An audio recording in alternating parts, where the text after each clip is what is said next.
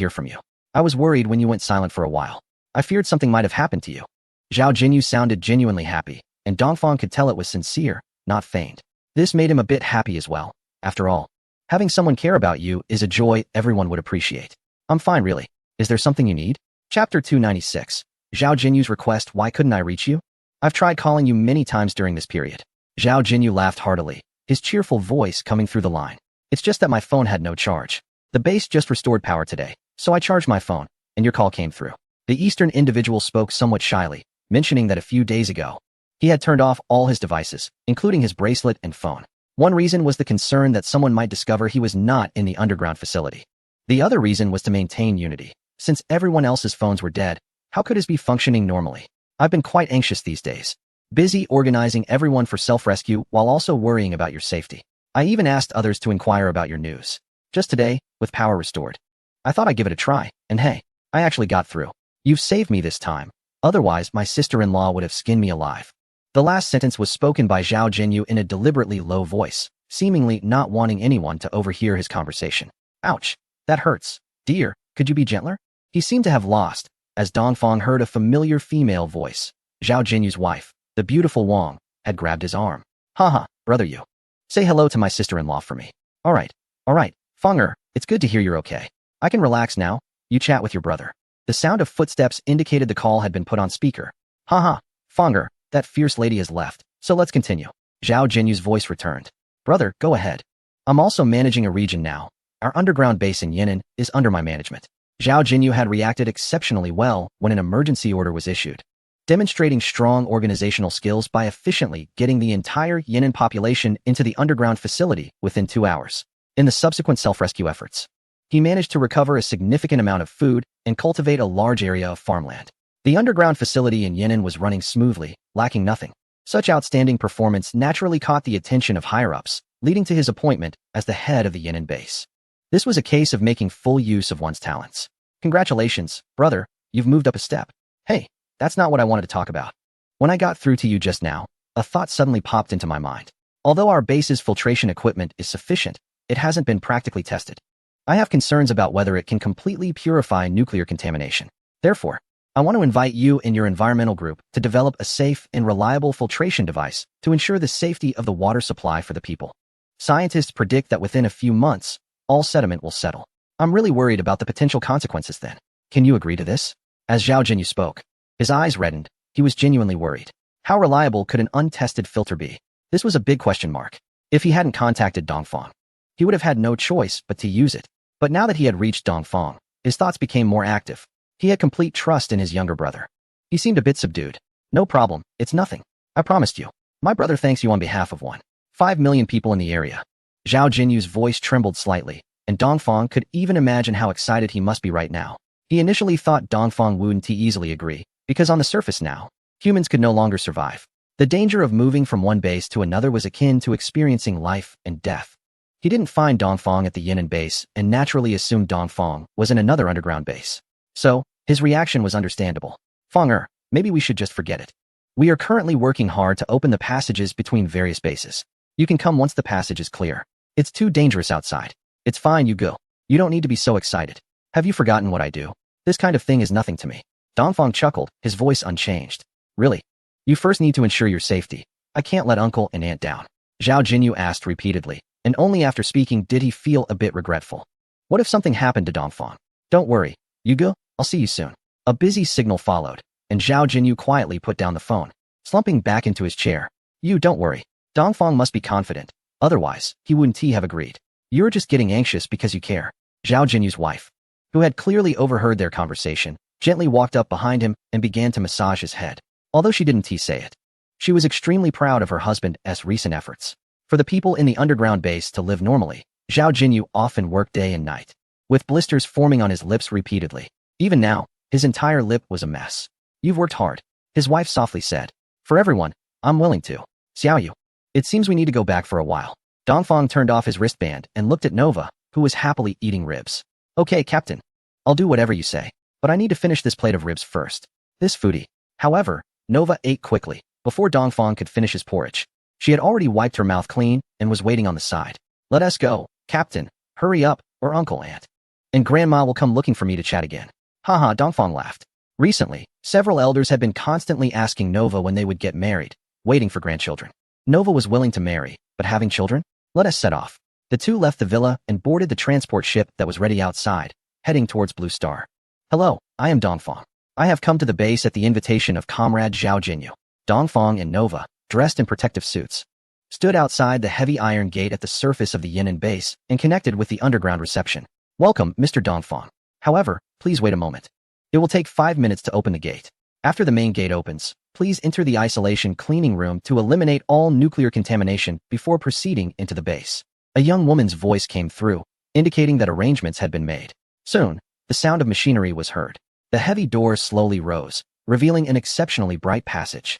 Xiaoyu, let's go, Dongfang said after glancing back at the yellowish sky. No wonder there was urgency. The situation was indeed not optimistic. Chapter 297. Underground workshop. The brightly lit passage was empty, except for a display screen hanging on the sidewall. Dongfang glanced over and saw a girl with short hair sitting at a desk. Perhaps due to a shortage of water resources, her collar appeared quite worn and darkened. However, the girl's natural inclination to maintain her appearance made her face still look fair.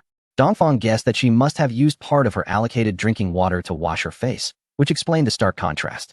Hello, Mr. Dongfang. Welcome again, she said with a bright smile as Dongfang and Nova entered the first line of defense of the base. Hello, what do we need to do?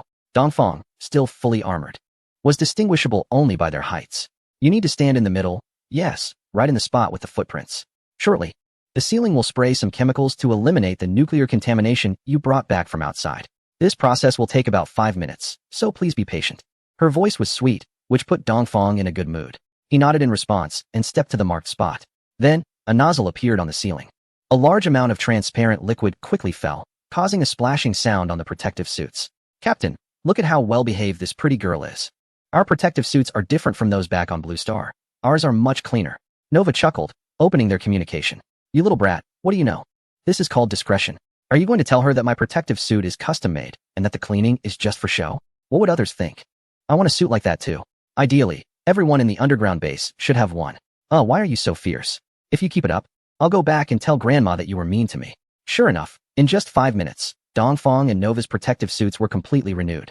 It seemed the cleaning effect of the base was quite impressive. Mr. Dongfang, all cleaning work has been completed. Please continue inside. You can take off your protective suit and store it in the cabinet in the next room. The door in front of them automatically opened, and Dongfang stepped inside. Wow, Dongfang exclaimed. Such a vast underground space could only be constructed by a certain country. It truly lived up to the title of infrastructure powerhouse. Why do I say this? Because this was a room so large that one could not see the edges at a glance. The place was filled with cabinets that were as tall as a person. Some were locked, but there were quite a few empty ones. When Dongfang opened one, he found only a hanger and a metal rod hanging from the top of the cabinet. Mr. Dongfang, you can store your protective suits here. The empty cabinets outside all have keys, so as long as you remember the numbers, you can take them directly when you leave. As Dongfang curiously opened the cabinet door, a female voice echoed again. All right. Dongfang felt a bit awkward. It was just opening 56 cabinets. Why the rush? Without further delay, he quickly placed the protective suits inside and followed the female voice's guidance towards the elevator. At this point, Dongfang finally noticed the hurried construction that had taken place. Unlike before, where the rooms and corridors were perfectly built with complete facilities, giving a sense of comfort, the situation changed starting from the elevator. This was a hollowed-out elevator. After stepping inside, one had to manually close the iron gate and then press one of the only 2 buttons on the control panel. 1. Accompanied by clanging sounds. Dongfang and Nova finally stepped into the first underground base in the region. Zhao Jinyu was pacing anxiously at the elevator exit. Why so fast? The nearest base is 1,200 kilometers away. It's only been an hour. How could we have arrived? Why worry about that? You'll find out when you see them. His wife, the beautiful Wang, smiled and pulled him down onto a bench by the elevator. All right. With his wife's persuasion, Zhao Jinyu finally settled down. Though it was simple, there were advantages to the simplicity. As the elevator approached the ground, the clanging sounds reverberated down. We're here. Zhao Jinyu stood up and strode towards the door. Captain, the surface temperature has reached 27 degrees Celsius, which is exactly 3 degrees higher than the ground temperature. With such a high temperature, aren't you going to take off your coat? Dongfang didn't respond, but silently took off his coat and held it in his hand. They had arrived underground. Fanger, why are you two here? Zhao Jinyu shook Dongfang's hand vigorously at the elevator entrance, his smile broad and uncontainable. It's great to see you. I was really worried that I could only contact you by phone for the rest of my life. Brother you, sister-in-law, hello? Don't worry. I believe it won't be long before we can completely manage the nuclear pollution, and returning to the surface will just be a matter of time. I hope so. Since you two arrived in a hurry, are you hungry? Let us eat something first. Zhao Jinyu finally released Dongfang's hand, and then pulled his wife. Let your sister-in-law make something for you. No, we just finished eating before setting off. Let us go check the workshop now. You just got here, and according to tradition, I should welcome you properly. Hurry up and lead the way. Time is life, we can't waste it. Hearing what Dongfang said, Zhao Jinyu naturally stopped opposing him. He led Dongfang and Nova through a series of corridors, turning left and right. Just as Dongfang began to feel a bit dizzy, they finally arrived in front of a closed metal door. This is it. After Zhao Jinyu said this, he walked to the iron door and pressed the green button on the wall. Who is it? It's me, Zhao Jinyu. With a grinding sound, the iron door began to rise. Then Dongfang saw workers moving some equipment. This is the filtration device. Fang, come take a look. According to the scientists, this is a finished product developed using a new type of permeation technology. These cylinders are filled with multiple layers of permeable membranes, which theoretically can completely purify pollutants from water. However, I am still a bit worried since it hasn't been tested in practical scenarios. Okay, I understand what you mean. You go ahead and do your thing, I'll take a look myself. And then I need a separate laboratory as my workspace. Dongfang glanced at the permeable membranes the workers were installing and already had an idea in mind. It was nothing more than small pore membranes like cellulose acetate, combined with PP cotton and the outer layer made of black activated carbon for the filter core. There was nothing difficult about it. Chapter 298, Super Reverse Osmosis Membrane. After confirming that he didn't need to accompany them, Zhao Jinyu left. As the overall person in charge of the base, he had endless tasks every day. Food, drinking water, and even air were all key points he needed to pay attention to. The base was no longer short of electricity. A large number of solar panels produced by a certain corporation were placed on the ground. Their efficiency in converting electricity was incredibly high, with 1 square meter of panel capable of producing over 5 kilowatt-hours of electricity per hour. To ensure there was enough electricity underground, Zhao Jinyu organized 100,000 personnel to quickly fill the open ground at the Yan'an base with solar panels. As long as there was sufficient sunlight, the Yan'an base could generate over 1 million kilowatt-hours of electricity daily, not only meeting the daily needs of the people, but also catering to industrial electricity demands that were not too intense.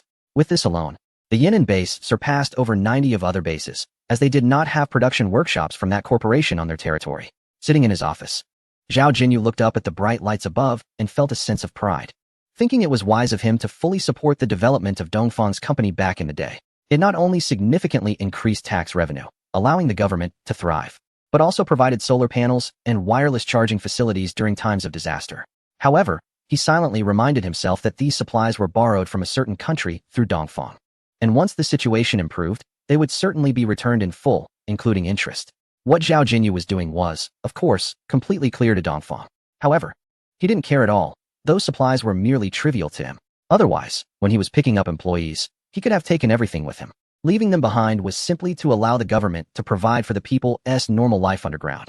If he knew that Zhao Jinyu was still thinking about compensation, he would probably just laugh it off. At this moment, Dongfang was very busy, carefully examining the blueprints of the filter with the staff left by Zhao Jinyu. As he had previously suspected, this type of filter was not significantly different from the ones people use daily. It was merely a scaled-up version of the various components. The most crucial part was the multiple layers of cellulose acetate membrane, and Dongfang glanced at the data. The finished product required over 2,000 layers. Seeing the cellulose acetate membrane, Dongfang recalled its specifications, a passing diameter of 0.510 nanometers, which was considered usable. Additionally, activated carbon was placed at the inlet and outlet, effectively isolating various harmful substances. However, the water purified by the filter became 100% pure water, which was very detrimental to human health. Moreover, since the cellulose acetate membrane was a synthetic product, its lifespan was very limited. With Xiao Nua's help, Dongfang made some calculations. With such a large water purification volume, a single purifier's lifespan would absolutely not exceed 1 week. However, the workshop's production efficiency was limited to manufacturing 10 units a day at most. This simply could not meet the weekly demand of the base. If this continued, half of the people would be waiting to suffer from thirst in a month. Dongfang clapped the blueprint in his hands and smiled at the staff. Where's the studio that brother you prepared for me? Take me to see it. We need to start working. I'll take you there. It's not far, replied a middle-aged man wearing gold-rimmed glasses, who was Zhao Jinyu's secretary and was well aware of all the areas. The three of them exited the workshop, passed through a long corridor, and in less than 5 minutes, They arrived at the door of another room. Open the door, turn on the lights, Dongfang said as he walked in first. At a glance, it was filled with familiar instruments and equipment. It was clear that Zhao Jinyu had moved all the materials laboratory equipment here. Where did this equipment come from? Dongfang couldn't help but ask, amused. Oh well, it might be that Secretary Zhao was worried that these precious instruments would be damaged, so he specifically had them transported back from the laboratory. The middle-aged man could no longer keep up the pretense and walked away, feeling embarrassed in front of the owner of the instruments. Xiaoyu, check the status of the instruments. This group knows nothing. Given the width of the corridor, these devices must have been disassembled before being moved in. Dongfang spoke after the middle-aged man left. Although the instruments looked no different from those in the laboratory, a closer inspection would reveal abnormalities. No problem. There are no cameras installed here, and adjusting the equipment is quick. After Nova crossed her fingers a few times, she immediately disappeared from her spot, and a shadow quickly moved around the room. Just as she said, it only took her 3 minutes to return to her original position. Captain, the task is complete, and you can use all the equipment with confidence. The Eastern figure didn't respond. He nodded and walked straight to the thermal spray machine. Since the lifespan of the cellulose acetate membrane is limited, the simplest and fastest solution is to redesign a reverse osmosis membrane. As long as its lifespan is long enough, all problems will naturally be resolved. The graphene reverse osmosis membrane precisely meets this requirement. It's truly effortless. They say that serious men are the most charming. And a man who works seriously and is extremely handsome has an attraction akin to a black hole. Nova's eyes involuntarily turned into heart shapes as she carefully watched every move of the Eastern figure. She saw him standing in front of the experimental table, dazed for a few minutes without moving. If an ordinary person saw this, they would surely think he was stumped.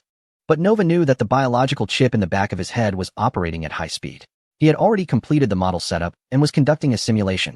2 minutes later, the Eastern figure opened his eyes, beaming with joy, and said, "Got it." He then walked over to the thermal spray machine, his fingers moving like a butterfly dancing through flowers as he began inputting data. After pressing the last data point, the thermal spray machine started up. A black film appeared on the pre-placed substrate. Xiaoyu, you handle the testing. As you command, Captain. Nova playfully bowed and picked up the substrate to get to work. The hardness was Rockwell Hardness 6, with a yield point drop that surpassed steel, and the pore diameter was about 0.12 nanometers, perfectly filtering out heavy metal elements like cesium and radium. It was an ideal reverse osmosis membrane material. As expected, it was consistent with the simulation results. Next, a new filter needed to be designed. Once again, he closed his eyes in contemplation. A self-cleaning, reusable filter was designed. Looking no different from the one seen in the workshop, except it had a built-in battery that used the flow of water to drive a rotor, achieving self-charging. Additionally, it had a discharge outlet that would release the collected heavy metal elements at set intervals. People only needed to collect them in lead containers and dispose of them properly.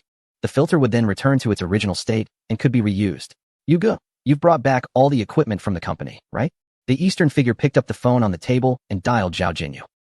Well, I was just worried about wasting. Zhao Jinyu stammered, feeling a bit embarrassed when asked directly by his superior. Just bring it back. It will be just right for use. Send someone to pick up the design drawings. Is that all? Chapter 299. The dull underground base. Zhao Jinyu arrived in person, possibly too anxious. So when he entered, he was still panting and his face was flushed. From his state, it was clear he had run over, which reflected how urgent this underground base leader must be. Why are you in such a hurry, brother? The things are right here with me. They won't be lost. Dongfang chuckled, pointing to a chair by the door, indicating for him to sit down and rest. My office isn't far. What if they act recklessly and damage a page? I have to take them back for lamination. And just give the workshop copies, Zhao Jinyu said as he sat down, catching his breath while eagerly glancing at a stack of blueprints on the desk. This thin sheet of paper was no longer just paper. It represented the lives of half the people in the underground base. Therefore, he couldn't afford to be careless. Come on, that's a bit exaggerated. If it gets damaged, you can just print another copy. I even prepared electronic backups for you, Dongfang said, extending his hand to pinch the blueprints with 4 fingers on top and his thumb below. As he gently loosened his grip, the sound of pages flipping echoed.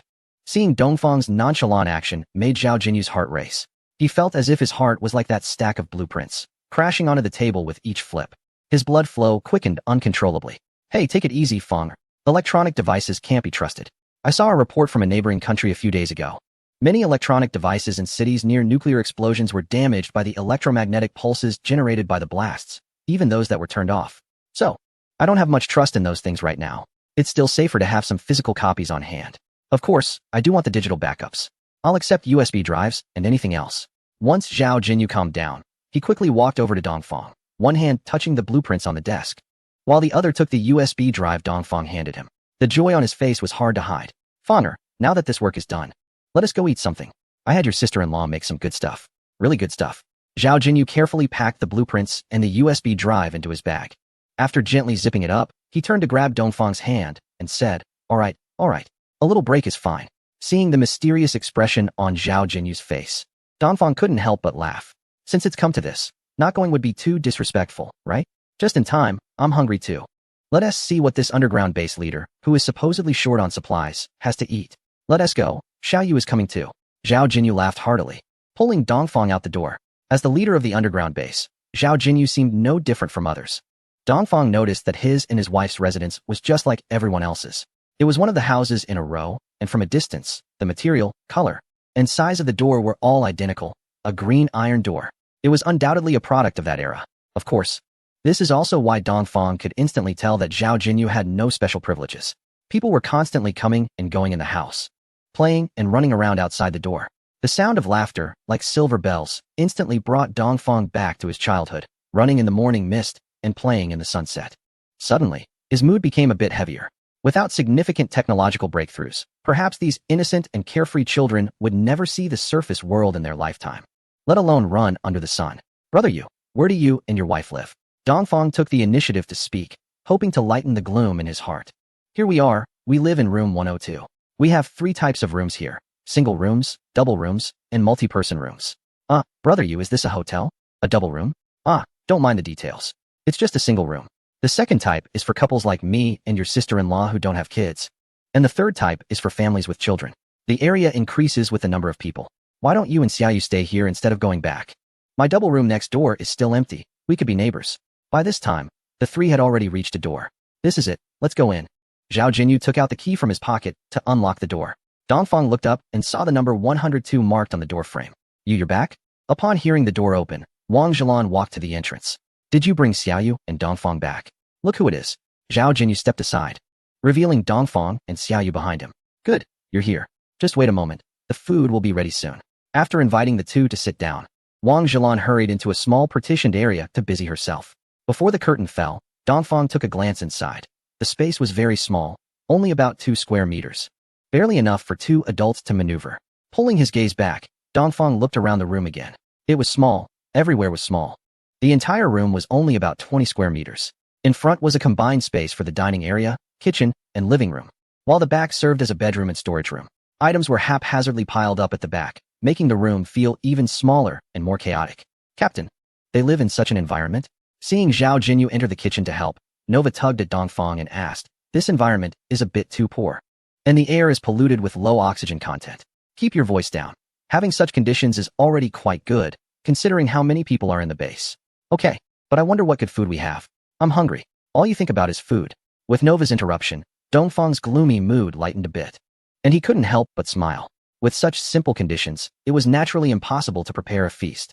5 minutes later, Zhao Jinyu came out with a plate, carefully placing it on the dining table. Look, what a good dish, scrambled eggs with tomatoes. Don't rush. There will also be tomatoes with white sugar later. Dongfang felt a pang in his heart. The dignified head of Yan'an City had fallen to such a state. It is evident how difficult the situation at the base has become. Others are likely in a similar predicament. Brother you and your wife don't need to be busy. Come and eat together. Dongfang didn't start eating immediately. Regarding the good things Zhao Jinyu mentioned, to him, that was just fine. Zhao Jinyu brought out 4 bowls of rice and placed them on the table. Hurry up and eat. It's probably been a long time since you've had a proper meal. You must enjoy it today. Eat freely. Dongfang didn't say anything and quietly picked up food to eat. For some reason, today's scrambled eggs with tomatoes tasted exceptionally sweet and fragrant. It was delicious.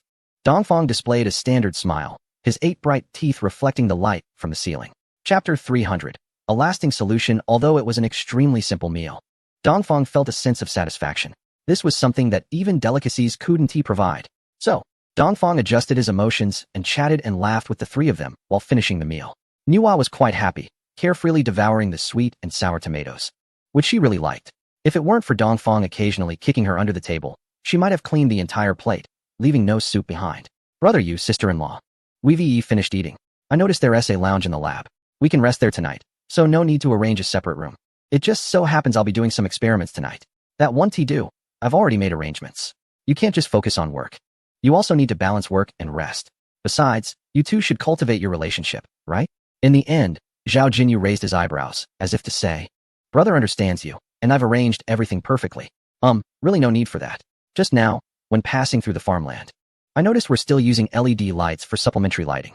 Shaoli isn't very tall, and recently, I've made some discoveries in my experiments. Today, I'll continue to refine them to see if I can provide some assistance to our base.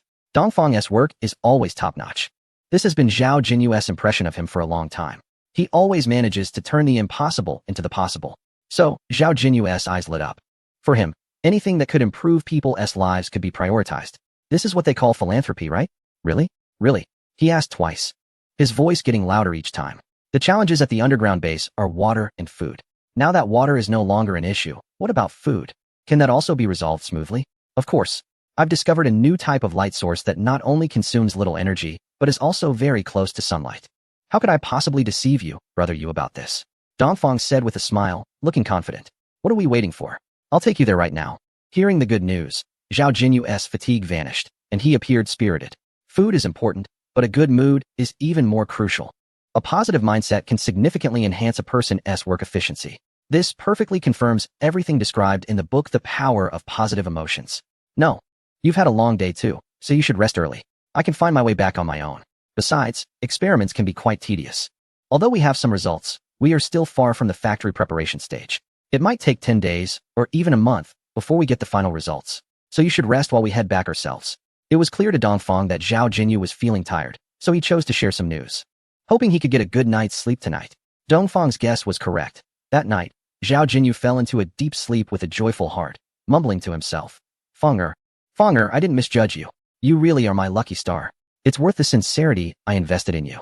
Dongfang left with Nova, and the two walked slowly, chatting about something. It was evident that Nova was in a great mood, her beautiful dark ponytail swaying back and forth without a pause.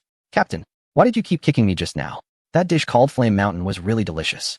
If it weren't for your constant kicking, I could have eaten it all myself. Come on. We can't just eat anything. Look at their conditions. How can you eat so much? What's wrong with that? I can just help them out. The technology for controlled high-temperature fusion is worth at least the price of one dish. Nova tossed her head back, looking up at a 45-degree angle with a proud expression. Not bad. Nova's words reminded Dongfang. The high-temperature controlled fusion technology in the high-energy physics laboratory was already quite mature. Given the current research and development progress in the country, it wasn't considered ahead of its time. Recently, he had seen news reports stating that the tokamak device had achieved 100 seconds of controlled fusion, just one step away from success. Xiaoyu, well done. Dongfang reached out and ruffled Nova's hair, striding toward the laboratory. Where did you do well? Wait for me. Nova followed him inside, pouting with her cheeks puffed out. Looking particularly cute.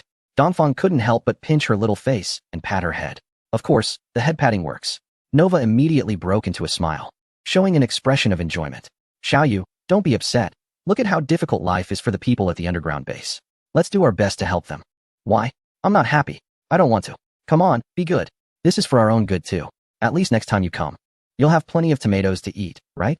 Nova nodded thoughtfully, clearly having been convinced by Dongfang. All right, you take care of the fusion blueprints. And I'll handle the development of the lighting system. Just need to record the results from the high-energy physics lab. There's no need to disclose the formula for Stardust. Just choose a high-temperature metal material for the inner chamber, and I believe you have plenty of that kind of material, right? You can rest assured. It's a piece of cake. Oh, you even know Cantonese now. Not bad, not bad. Let's split up our tasks then. Nora nodded vigorously, opened her computer, and sat still. The cursor on the screen started moving rapidly, with blueprints flipping by at a speed too fast for the eye to catch. Dongfang knew that in just a few minutes, a complete set of blueprints would be laid out on the table for use. He nodded in satisfaction. This way, the underground base would never lack energy. Moreover, the issue of insufficient oxygen could also be resolved, as the electricity generated by solar panels could only support normal operations and a small amount of industrial production. But it couldn't electrolyze water to obtain oxygen, leading to a relatively polluted underground air. Once the fusion reactor was in place, the electricity could be utilized freely. This could be considered a permanent solution. Dongfang nodded in satisfaction and returned to his work. What kind of light source is low energy, high luminosity, long-lasting, and compact? The answer is clear: laser light source. Although he had never studied it in depth before, humans on Blue Planet had already explored this technology, which involves the process of excited particles emitting light under stimulation. The main reason laser light sources were not yet popular on Blue Planet was that they were too expensive. But these issues were not a problem for Dongfang. The laser light source consists of 3 components: the working substance, the pumping excitation source, and the resonant cavity. As the mouse moved quickly, a blueprint appeared on the screen. The characteristic of lasers is their good monochromaticity, but what the underground needs is composite light. Therefore, he set up red, green, and blue laser generators within a single light source, and then added a set of optical paths to combine the lasers before they exited the glass, ultimately transforming into composite white light when emitted. This would work. After completing the draft, Dongfang conducted a simulation, and the results were naturally perfect. However, there was still one challenge: the materials. What to do? Well, it was already late, so he decided to ask Hugo tomorrow and make further plans. Chapter 301. Nora's plan. Xiaoyu, have you finished? Dongfang was contemplating the raw materials when he suddenly felt someone watching him. He turned around to see Nora's fair, flawless little face close to his ear, carefully inspecting the computer screen. I finished a while ago. I was just checking your progress. So you're working on a laser light source. Nora pointed at the unique resonant cavity of the laser light source. Nothing is more suitable for the underground base than lasers. They have a long lifespan, high brightness, and very low energy consumption, which will help the plants grow better. Oh, I understand. But even though you've simplified it a lot, these necessary structures cannot be omitted. Are the raw materials for the underground base sufficient? While they have a long lifespan, they will still wear out. You don't need to worry about that. The key components are actually these 2 concave spherical mirrors in the resonant cavity, and they can be reused, as long as we produce enough mirrors at once. The base will only need to remake the outer shell later. This is also why I designed the light source to be modular. That way, as long as there are enough standard glass substrates available in the base, we can simply modify the laboratory equipment a bit to polish the lenses. Seeing the constantly changing mathematical model, Nova nodded in agreement. Well then, I'll leave this matter to you. Dongfang stood up, stretched, and walked towards the restroom. It's getting late. Let us take a break and talk about it tomorrow. Sure, it's good to rest early. Nova couldn't help but smile slightly. She had learned a lot from novels recently, and was just looking for an opportunity to experiment. A long night, a lonely man and woman.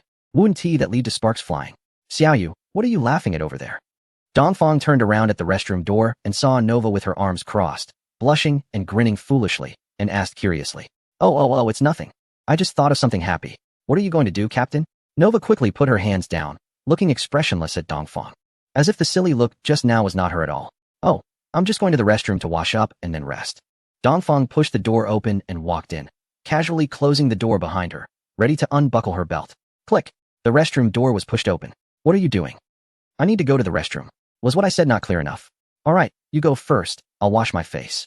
Nova pretended to be nonchalant, squeezing past Dongfang to the sink. Xiaoyu, do you know the difference between men and women?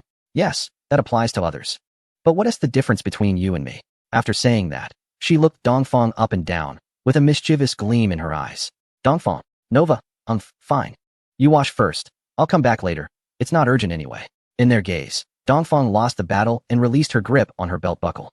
Captain. I'll go out first, you come in. Nova awkwardly held Dongfang's hand. Washing my face is too wasteful, so I've decided not to today. After saying that, she immediately opened the door and quickly ran out, lying down on the only bed in the deepest part of the laboratory. Oh dear, how embarrassing. The captain is so dense. Didn't I make it obvious enough? Do I need to directly say, I like you? Or say, am I not pretty enough? No. I need to execute plan B. Nova pulled back the blanket covering her face and regained her confident demeanor, as if she hadn't just been rolling around in bed. Then, her body began to change, with her curves becoming more pronounced and her figure more alluring. Due to the limited water supply at the underground base, Dongfang simply wiped his face and left the bathroom. He let out a long yawn and slowly walked towards the small bed. What is going on? Before he even got close, Dongfang noticed something unusual. The blanket on the bed was pulled back and bulging, indicating there was someone inside. This was strange because there were only 2 of them in the lab, and Nova didn't need to sleep. So who was under the blanket? Xiaoyu, where are you? Dongfang turned around and called out. Is that you in there? Captain, what's wrong? I'm just about to fall asleep. The blanket was lifted, revealing Nova's arm as she sleepily looked at Dongfang. Why are you dressed so lightly for bed, with half of everything showing? What's wrong? Don't you take off your clothes to sleep? Nova replied, finding Dongfang's reaction odd. Didn't I tell you that there are differences between men and women? Dongfang turned slightly embarrassed and waved his hand at Nova. All right, you can have the bed tonight. I'll just make do with a chair. As he spoke, Dongfang's face flushed, and he walked forward slowly, his mind replaying the earlier scene. Captain, why don't we squeeze together? That is not possible. Dongfang struggled to change his response from a positive to a negative. Why is it different from what I read in books? Aren't men supposed to think with their lower halves? Why doesn't T that apply here with the captain? With plan B failing. Did that mean it was time to activate the ultimate plan and make things irreversible? Oh no, that won't do. The captain would definitely send me back to the base. And who knows if she would ever talk to me again. As she pondered, Nova's eyes sparkled with an idea. Captain, let me help you. She jumped out of bed, and in an instant, she was dressed and back to her daytime appearance. She was quicker than Dongfang. Before he reached her, she had already set up a small bed by the side of the larger bed using 6 chairs, and she covered herself with a blanket from the bed. Captain, you should sleep on the bed. Xiaoyu, you're being really strange today. Dongfang shook his head and walked to the makeshift bed. He was feeling quite exhausted. I'm fine, really. All right. I'm so tired today. Let's hurry and sleep. Dongfang lay down fully clothed and let out a long yawn. Before long, his even breathing could be heard. Captain, are you asleep? Nova, unable to sleep, lay on the chair with her eyes wide open. After a while, unable to bear it any longer, she quietly called out to Dongfang. Chapter 302. Night Talk. Nova's voice lowered. She wasn't unable to sleep, but rather incapable of it. If she were to sleep, she would have to shut down, which was out of the question. So, 10 minutes later, Nova spoke up again. Captain, are you asleep? Inside her mind, she felt a bit restless today. Unable to pinpoint why, just feeling that way. Perhaps this was the kind of worry that came with being human. There was still no response from the small bed. Only the even breathing of the person beside her. Oh, the books say that girls have those days every month when they feel particularly irritable. Could I be experiencing that too? She turned over and muttered to herself. What nonsense, you don't have that. How could you have a physiological response? A familiar voice floated back to her. Captain, it turns out you weren't asleep. Nova's voice brightened, her earlier irritation dissipating. How could I sleep? Every time I start to doze off, you call me back. The captain turned to face Nova. What is up? Do you have something on your mind? You seem a bit off today. Actually, it's nothing much, just a question I wanted to ask you. Go ahead, what is the question? I can ask. But you have to promise me in advance that you won't get angry or send me back to the base. And you have to tell me the truth. No lies. All right, I promise. Are you sure? Of course, hurry up and ask, or I'll go to sleep. The captain was amused. This cautious demeanor was not like Nova's usual self. It turned out she had things she wanted to say. So, he playfully threatened her to give Nova some motivation. Okay, Captain, I can understand that you're helping your country, but you've already established your own nation. Shouldn't we focus on developing ourselves? Why waste time here? Can't we just give the technical data to the other side and let them research it themselves? Why the sudden interest in this? The captain was curious about why Nova was concerned about this matter. Oh, I just feel like you're wasting time. Wouldn't it be better for us to quickly strengthen our own power? Haha, Nova, you might have a misunderstanding of nation building. I don't want to establish a country. Spending all day reviewing documents and considering everyone's needs in the direction of national development. That's not my personality. I don't have the patience for that. You know, my goal is the stars and the sea. That's where I long to be. Then why did you establish the empire? Nova's curiosity was piqued, and she sat up from her chair, her eyes fixed on the captain. Actually, there's a deeper meaning behind my founding of the nation. But it's not the right time to tell you yet. Also, you must always pay attention to the base on the moon's far side. Keep a record of everyone's actions. I need to select a group of real talents to prepare for our return to the Earth's orbit. Understood, Captain. Every move of everyone is under my observation, so you can rest assured. But can you tell me why we need to establish a nation? No, I'm feeling sleepy today. I'll tell you when I get the chance. Dongfang turned over and faced the inner wall. Captain, don't. Let's chat a bit more. You should say something. Captain, I can't sleep. Zzz. Hearing Nova's voice had changed significantly from before, Dongfang stopped talking. This time, he truly fell asleep. This sleep wasn't very comfortable for Dongfang. As the saying goes, it's easy to go from frugality to luxury, but hard to go back. Having been in a very comfortable environment for a long time, he was somewhat unaccustomed to the harsh conditions underground. It wasn't that his body was uncomfortable. Even in harsh environments, he could survive normally since his genetic locks had been released. It was mainly a matter of getting used to it. Captain, are you awake? As soon as he opened his eyes, Dongfang saw a small face in front of him, with her nostrils right in front of his, allowing him to clearly see inside. There was surprisingly no hair. Dongfang realized he was being silly. Where would a robot get hair? I'm awake. But could you move back a bit so I can get up? Oh, I wanted to tell you that breakfast has been brought in. Please get up quickly. Got it. After a simple wash, Dongfang saw what they called breakfast on the experimental table, a watery porridge that barely showed any rice, a palm-sized steamed bun, and a piece of pickled vegetable. It was truly just a bite, as Dongfang found out that it could be finished in one mouthful. This was the daily routine of the underground base. Fang isn't today's breakfast pretty good? This is made from the millet from Yinan. It tastes really good. Zhao Jinyu walked in, and Dongfang knew he had come right on time. Shouldn't you at least be polite and let him eat a bit? But that little bit of food wasn't enough. Brother, you, so early have you eaten? Dongfang wiped his mouth and stood up. I have, we all eat the same. How about it? Isn't the food in our base good? You might as well stay here. Zhao Jinyu brought up the same topic again. It seemed he really wanted Dongfang to stay, even using the food as a lure. Brother, you, I still have my parents and grandmother. Why not bring them here? There's plenty of space. I'll discuss it with them when I go back. All right, I'll wait for your good news. With no other options. Zhao Jinyu nodded and shifted the topic. So, any progress? Not in a hurry. I want to ask if our base has sufficient raw materials? Not bad. A lot was brought back at that time, but the quantities vary. What do you need? Zhao Jinyu knew Dongfang's question meant there was indeed progress. Glass, graphite. Yes. During the initial exploration, we discovered a quartz mine, so we have no shortage of raw materials for glass. However, we are a bit short on graphite. At that time, we brought some back from your company, but everyone thought it was of no use. So, it's fine as long as we can get through the current difficulties and continue exploring for more resources. Dongfang chuckled, realizing that the base had brought back quite a few good things from the local company. Did you manage to bring back any equipment from the workshop? Zhao Jinyu seemed a bit embarrassed and hesitated before speaking.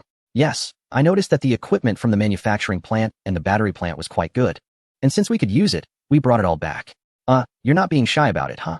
The way he said it was quite subtle. Dongfang guessed they probably took everything. The entire workshop. Yes.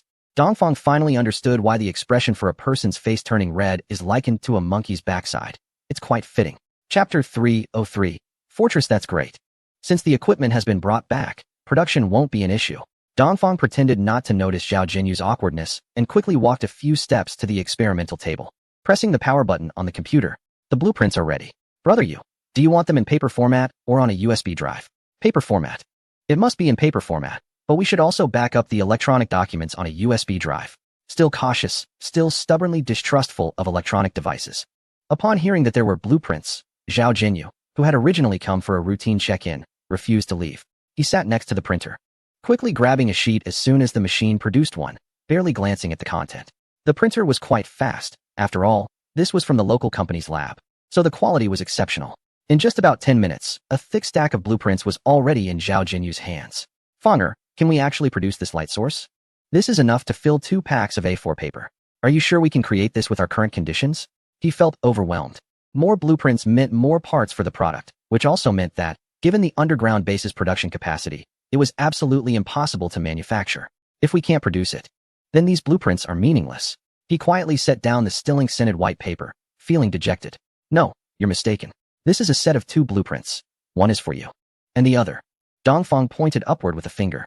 Then he took out a small stack from the thick blueprints, placing the remaining part on the table. Laser light source blueprint. Taking the documents Dongfang handed over, Zhao Jinyu read the text on the cover. Then he looked at what was on the table. Controlled thermonuclear fusion reactor. Upon seeing those few words, Zhao Jinyu immediately rushed over, lifted the cover, flipped it over, and placed it back down, seemingly worried about being seen by the staff behind him. Well, Fanger, you should take a good rest today. You don't have to do anything. I have things to attend to first, and I'll have Xiao Wang bring some good food over later. Xiao Wang was the one who showed Dongfang around the workshop yesterday, so Dongfang recognized him. Zhao Jinyu ran out, and Dongfang was somewhat surprised that this man in his 40s could run so fast, while carrying a thick stack of blueprints. He shook his head and smiled. Xiao Yu, get ready, we should head back. Mr. Dongfang, are you leaving just like this? You haven't even told Secretary Zhao yet. He'll definitely come over once he finishes up. Why not wait a bit and take a rest? Xiao Wang was anxious. How could he say that? Everything was fine just a moment ago. Why was it that Zhao Jinyu left, and now they were leaving? Did he say or do something wrong? But he hadn't done anything at all. Xiao Wang fell into self-doubt, yet he still firmly stood at the door, trying to block the way out. It's none of your business. We've been out for 2 days now. If we don't go back soon, our parents will start to worry. Is this even reasonable? Coming to the underground base in Yan'an to solve problems was supposed to take 1 day, right? Now it's been 2 days and you're worried? Is that bracelet from a certain company on your wrist fake? Can it be used to make calls? Xiao Wang grumbled internally, but naturally didn't he dare to say it out loud. Then please wait a moment. I'll give Secretary Zhao a call. Xiao Wang turned and stepped out, closing the lab door behind him, clearly not wanting Dongfang to leave. Bai Deng lay on the bed, panting.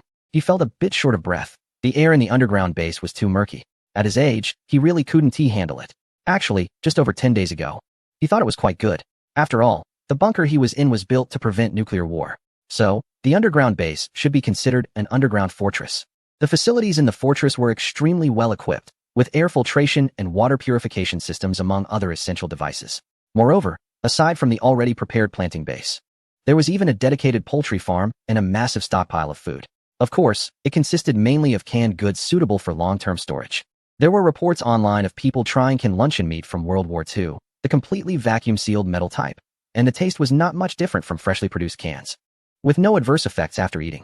Thus, many similar underground shelters stored a considerable amount of such canned goods, and Bai Deng's underground fortress was no exception.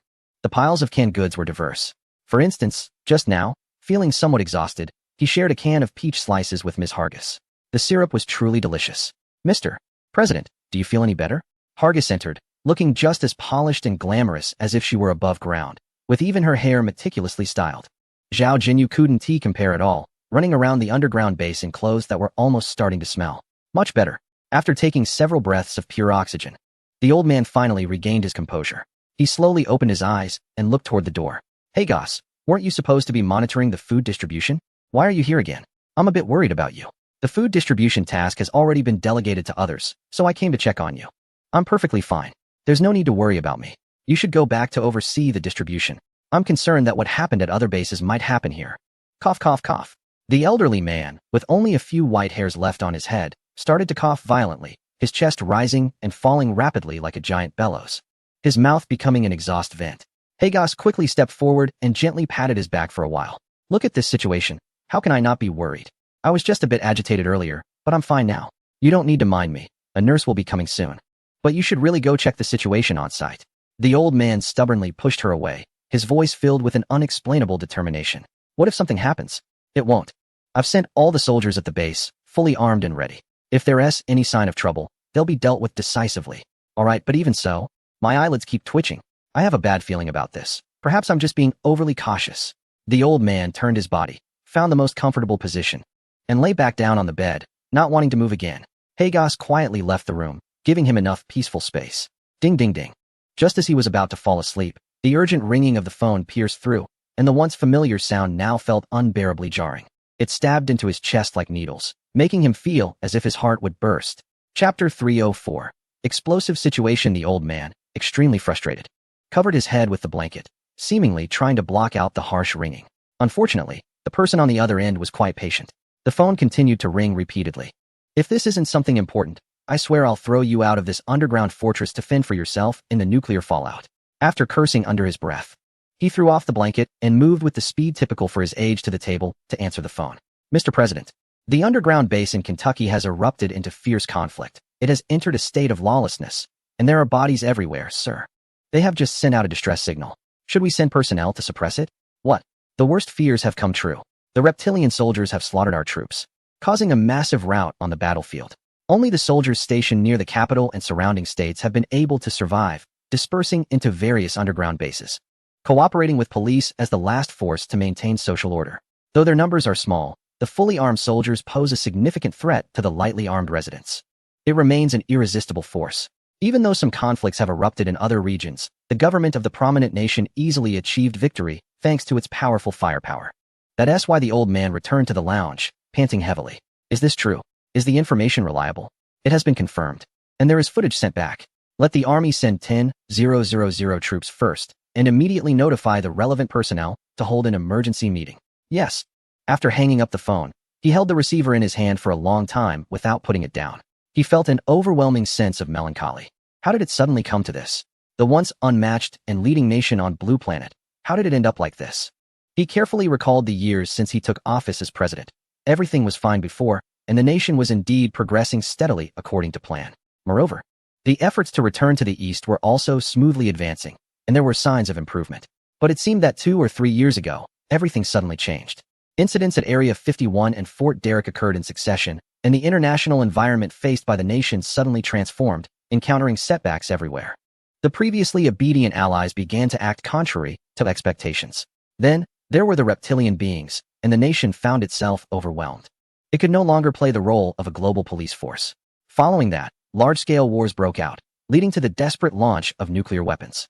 Sigh. The old man put down the phone and took a pill from the table. Why are the products from that country so effective, whether it's phones or medicines? I just wonder how they are doing now. After this incident, They will surely return to their peak. He straightened his suit, which had been disheveled from sleep, and headed out.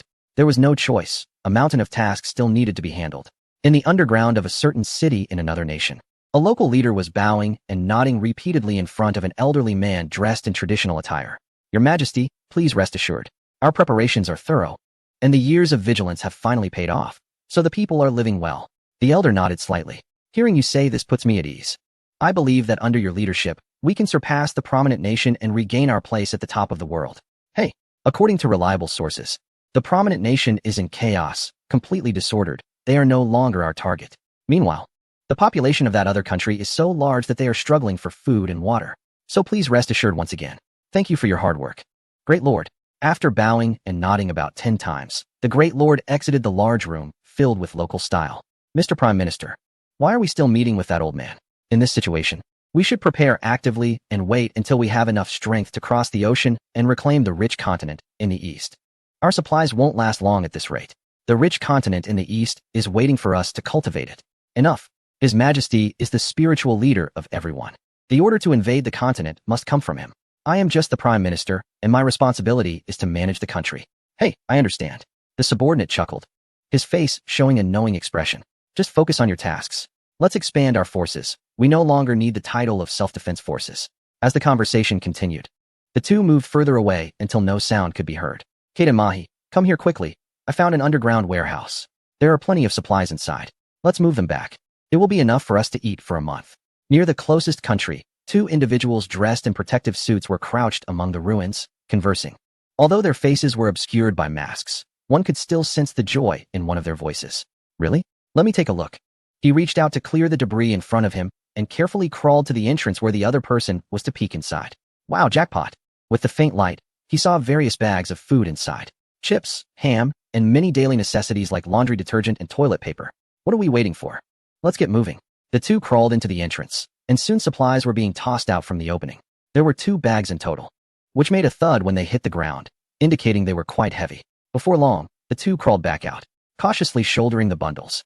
They tightly blocked the entrance with stones and carefully made their way down the alley. Bang, bang. Just as they had not walked 50 meters, 2 crisp sounds rang out. Then came 2 more thuds, and red liquid flowed out beneath them for quite a distance. Grab the supplies and hurry. That noise was too loud. I'm worried someone might have heard us. 2 minutes later, 2 more individuals appeared in the alley, took the packages from their bodies, and swiftly vanished into the ruins. Cheers. In the underground of the northern region, a group of burly men with large noses and curly hair were clinking their cups together. O'Connor, don't drink by yourself. We need to toast, you know, especially with this sour pickle. All right. Mr. Jing, we have unmatched advantages in dealing with nuclear contamination, after all. We have experience from Chernobyl. I'm sure it won't be long before we can return to the surface. Very good. Mr. Jing chuckled, running his hand through his thinning hair. We still do not have enough information about the situation in the eastern region, so let's head west first. There are so many small countries. It will keep us occupied for a while. Understood. Captain, you have seen all the information, and now every country on Blue Planet has its own agenda. So it will soon be a chaotic mess. Nova stood behind, pointing at the constantly changing images on the holographic screen. Haha, sounds good. Xiaoyu, let's unleash our forces. This game wouldn't be fun without us. Unleash forces? How do we do that? Chapter 305. The Antique. Despite strong objections from the staff, Dongfang still waited for Zhao Jinyu's return, although Zhao Jinyu tried his best to persuade him to stay at the base. All his words were met with Dongfang's simple response. When my parents are nearby, I won't travel far. Zhao Jinyu paused. If it weren't for the over 1 million people in Yan'an City, he would have returned to the capital long ago. However, after Dongfang promised that he would come back to help with any issues, Zhao Jinyu happily saw the two off from the Yan'an base. Mass-produced the F-0301 combat-type bionic robots. Dongfang turned and smiled at Nova. Huh, what is the use of such an outdated model? ISNT that a waste of resources? Nova was a bit confused. This type of robot was invented when the planet was just entering level 1 civilization. It was inefficient and consumed a lot of energy, and had long been discarded by humanity. What did the captain want with such a robot? Under Nova's control, the ship's holographic screen displayed an image of the robot. That's right, it's this one. Dongfang looked at the somewhat rudimentary robot with an appreciative expression. Nova still couldn't understand. Is this robot really that impressive? She also looked at the holographic screen, though she already knew all the information being displayed. F-0301 combat-type bionic robot. Height: 185 cm, designed with a mechanical hydraulic structure. Powered by a high-energy battery pack. capable of supporting high-intensity ground combat for 8 hours. Usable in scenarios, multi-barreled guns, assault rifles, small grenade launchers, flamethrowers. Uses do 10-12 as the main chip, can automatically identify friend or foe, and actively initiate attacks. Main material, alloy steel. The bionic robot kept rotating, displaying more information. Although it was a bionic robot, it only resembled humans to some extent. It had a metal skeleton covered with a thin layer of metal shell and carried a large metal box on its back, which was naturally its power source. The high-energy battery pack. Captain, do these initial generation bionic robots, which have no real combat power, really have any use? Nova imitated Dongfang, tilting her head and resting her chin in her hand as she watched the rotating robot until they were about to enter the moon base dock, then turned to Dongfang. Of course they are useful, but I need a sufficient quantity. After turning off the holographic screen, Dongfang walked out of the bridge towards the cabin door. How many is considered a sufficient quantity? Starting from 10 million, no upper limit. At the dock's lift platform exit, Zhang Hao had just taken his position, his chest heaving as if he had just undergone intense exercise. However, he quickly regained his composure and tidied himself up. Boss, you're back? Seeing Dongfang walk out from the lift platform, Zhang Hao hurried over with a big smile and asked, "Where else could I go if not back?" After leaving the underground base, Dongfang's mood improved significantly. He rarely joked with Zhang Hao, saying, "You can go anywhere. After all, you are the highest leader of this empire." Zhang Hao slightly bowed and replied with a smile, "Indeed." Dongfang patted him on the shoulder and laughed heartily. "Have your family settled in?" "They're all settled in. All employees' families have moved into separate residences as per your previous arrangements," Zhang Hao said. "Then we can proceed with the next phase of the work plan." Dongfang stepped out of the lift, onto the moving ground, and walked towards the main control center of the base. "Is it about the code?" "It's all ready. Just waiting for your return," Zhang Hao said confidently, clearly indicating that they had discussed it in depth before. "Let's talk about the code later," Dongfang replied. After seeing the difficult lives of their compatriots in the underground base, he felt that they could no longer afford to develop slowly. In this world, the one with the strongest fist is the boss. Stripping away the veneer of civilization, there is no tenderness, only the bloody law of the jungle. There was no need for pretense. He was already somewhat tired of living in the shadows, manipulating schemes. "Then you." Zhang Hao was at a loss for words. "Weren't you just passionately discussing building an empire? After all is said and done, you show me this?" Zhang Hao exclaimed. "Oh. Now the situation on this planet has changed dramatically.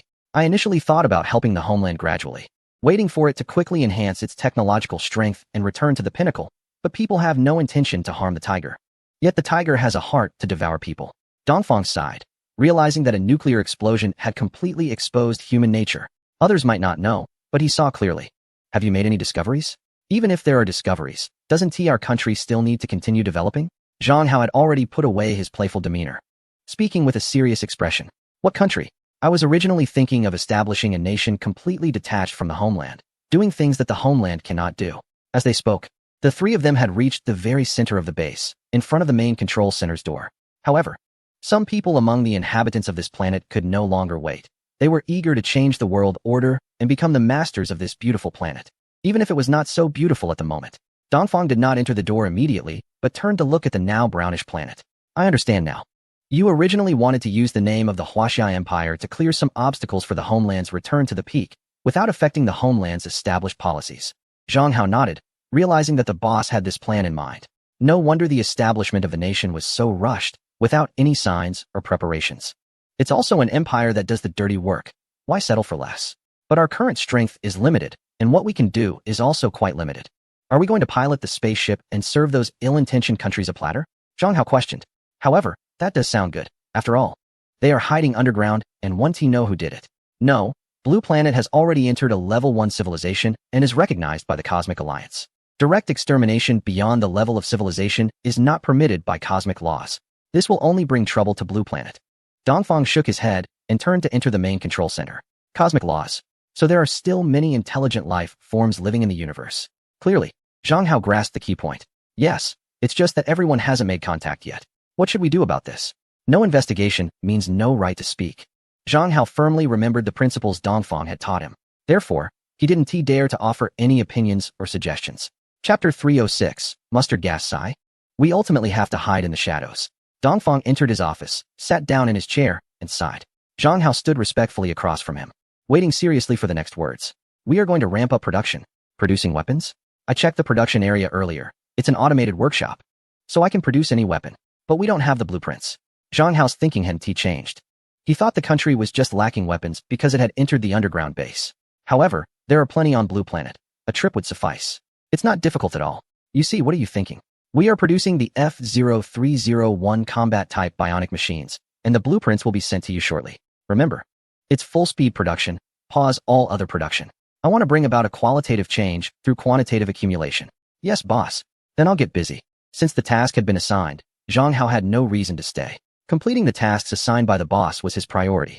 The moon base had been silent for many days after completing its expansion. The citizens of the empire were leisurely living in this dreamlike city, enjoying a life where everything was provided for them. Although the overwhelming entertainment news had disappeared, the quality of life had greatly improved. Everyone seemed lazy, with nothing much to do. Zhang Chong was one of them, and Deng Yuanji was no exception. This mechanical expert from Blue Planet felt a heavy blow to his mind and body after arriving at the base. He could only watch all the mechanical equipment, too afraid to touch anything. The ultra-high assembly technology made it impossible for him to find even the tiniest gap, let alone study the internal structure. But out of love for mechanics, his greatest interest every day was to go to the manufacturing center to see the equipment that made him envious, which allowed him to eat well and sleep soundly. Bai Gu, are you still at the processing center? Zhang Chong's figure emerged from behind his assistant, standing in front of Deng Yuanji. Bai Gu, how come you have time to see me today? Aren't you busy with your codes? No need. The boss has other arrangements. Oh, what arrangements? Robots. Hurry up and show them to me. Deng Yuanji shouted, jumping up from the ground, completely forgetting that Zhang Hao was just a figure of light, and suddenly lunged forward. With a thud, unsurprisingly, he fell to the ground, not even touching a hair of Zhang Hao. Don't worry, it's already sent to your assistant. You can take a look confidently and carefully. We need to produce this item. It's a great product. Really a great product. Deng Yuanji stood up excitedly, his eyes shining as he looked at the F-0301 combat-type bionic robot that had taken shape. How's our production capacity? As long as the raw materials are sufficient for such robots, I believe we can have 10 million units in less than 10 days. Is that right?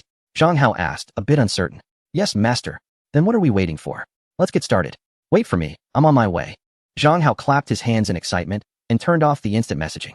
In a short while, he appeared at the manufacturing center, but Deng Yuanji was even faster. As Zhang Hao saw that the old fellow already had a robot standing in front of him, exactly like the one in the blueprint. Let go of that robot. Let me take a look. Zhang Hao shouted angrily, pouncing towards Deng Yuanji like a hungry tiger. Although the base's production efficiency was very high, the prepared actions of the Northern Bear Country seemed even faster. Earlier, in the hall that the East had visited, the big-nosed sycophant was already standing in front of Mr. Jing, smiling as he spoke. Mr. Jing, our army has completed its assembly. They will reach the territory of the Norwegians in 2 hours. Please issue the order for a full-scale attack. Good. This is how our Great Bear Empire should be. I declare that from this moment on, the whole country enters a state of war, and the alert level is raised to red. Issue a mobilization order to the entire population. Our territory should be expanded. Do not let those pests continue to consume the scarce resources on Blue Star. Yes, the sycophant performed a standard military salute of the Bear Country, and the two exchanged glances, laughter echoing throughout the room. Commander, Mr. Jing has issued the order for a full-scale attack. We can march at full speed now. A man in protective gear, wearing a mask, put down the phone in his hand. His body swayed rhythmically, but he remained upright, his voice exceptionally loud. What are we waiting for? Accelerate forward. Yes. The man picked up the phone again and soon shouted loudly. Full speed ahead. Execute according to the established plan. His body swayed even more violently as he felt he had grasped something, firmly sitting on a small stool fixed to the ground, no longer speaking. A brown bear lay at the edge of the forest, its eyes dull, seemingly pondering some incredible question. Why couldn't it move after having done nothing? Its once smooth fur had rotted beyond recognition, and it couldn't move. Even a slight movement would cause larger patches of fur to tear, with red liquid flowing out as if it were free. Suddenly, it gained some insight. Was this the end of its life? Suddenly, it heard a rumbling sound, and the ground began to shake. Was this a stampede of beasts? It moved slightly, trying to stand up, but a large amount of red gushed out, and its body felt as if all strength had been instantly drained away. Helpless, it could only obediently lie down, staring blankly in the direction from which the sound came. Soon, a strange-looking object entered its field of vision. Many black circular boxes were coming toward it, one after another, with no end in sight. Then, the wheels rolled over its body, and it fell into endless darkness. Finally, the pain was gone. The life of the brown bear came to an end. In the underground base of a city, people were already skin and bones from hunger. They lay motionless in the vast corridor, sprawled in various positions. If it weren't for the slight rise and fall of their chests, Anyone looking at them would surely think they were all lifeless. Moke struggled to move a bit. Although staying still conserved energy, after a long time, his whole body felt sore and numb. So he changed his position, turning from lying on his back to face down. One cheek pressed against the ground. Although it was a bit cold, it was better than the soreness. He let out a long breath and stopped moving. Boom. He didn't know how long had passed, but when he felt that the little oatmeal he had eaten in the morning had been completely digested, a loud rumble echoed in his ears. He shook his head uncertainly. Was it just his hunger causing a ringing in his ears? Moke, do you hear that sound? Someone beside him weakly asked. What? The rumbling grew louder, even making everyone sit up. Their faces showed unease as they lifted their heads, desperately looking up at the sky, as if trying to see through the thick soil to glimpse what was above. Unfortunately, it was all in vain. They couldn't see anything. Just when people were getting restless, wanting to put on protective gear and go outside, the rumbling abruptly stopped, and the underground base returned to silence. However, the people couldn't calm down. Their base was only about 30 meters below the surface, which didn't guarantee absolute safety. While Moke was also feeling anxious, he suddenly caught a whiff of garlic. Soon, he found it hard to breathe. Finally, his vision darkened, and he knew nothing more. Report to the commander. The mustard gas has been fully injected. I believe it won't be long before the underground base will be very clean. Good. In half an hour, open the entrance. It's time for us to reap the rewards. Chapter 307. Senseless Moke was gone, along with those lying beside him who had long lost the strength to move. They were all the lowest class of civilians in this kingdom, powerless, penniless, and without influence, so they could only live in the corridors, consuming the bare minimum of food each day to ensure they wouldn't starve to death. Today, he was finally liberated, completely liberated. Although the process was a bit painful, what did it matter? It was better than waiting to die of hunger. There were many like him in the base. Merc thinks so, and the head of the underground base in Oslo thinks so too. After all, with more people, they will occupy the resources of those so-called elites. So when the staff informed them that there were numerous casualties in the tunnels connecting to the underground fortress, they merely smiled knowingly, finally able to save some food. The place where these people lived was not just a tunnel a few dozen meters from the surface. They were at least 100 meters underground. If time had allowed, they would have lived even deeper. Therefore, the social elites deep underground had not heard the rumbling sounds above. The staff in the deeper areas, like them, did not want to see those wasteful individuals. Even upon discovering the deaths, they only glanced at the monitors before casually reporting it. Wasn't that just a few people? Maxie noticed something was off that day. Why are so many people gone? A staff member found the anomaly and nudged his drowsy colleague, pointing at the monitor. He discovered that those who had died were holding their necks and seemed to be having difficulty breathing. This wasn't unusual.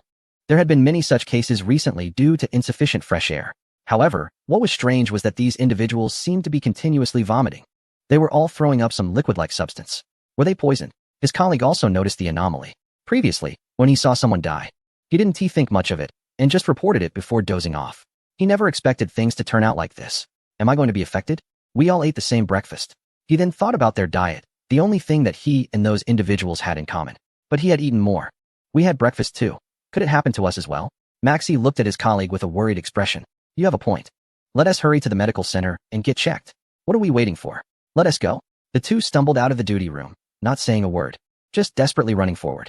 Although they both briefly wondered why they were fine while others had already been affected, the fear of death quickly took over, urging them to run faster.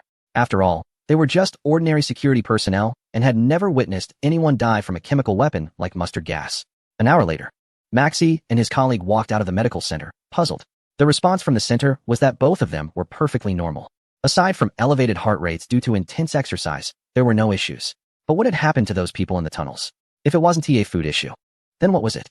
Neither of them spoke, each lost in thought. This isn't something we should worry about. Let us report it. They both spoke at the same time. Haha. After sharing a knowing smile, they walked off with their arms around each other.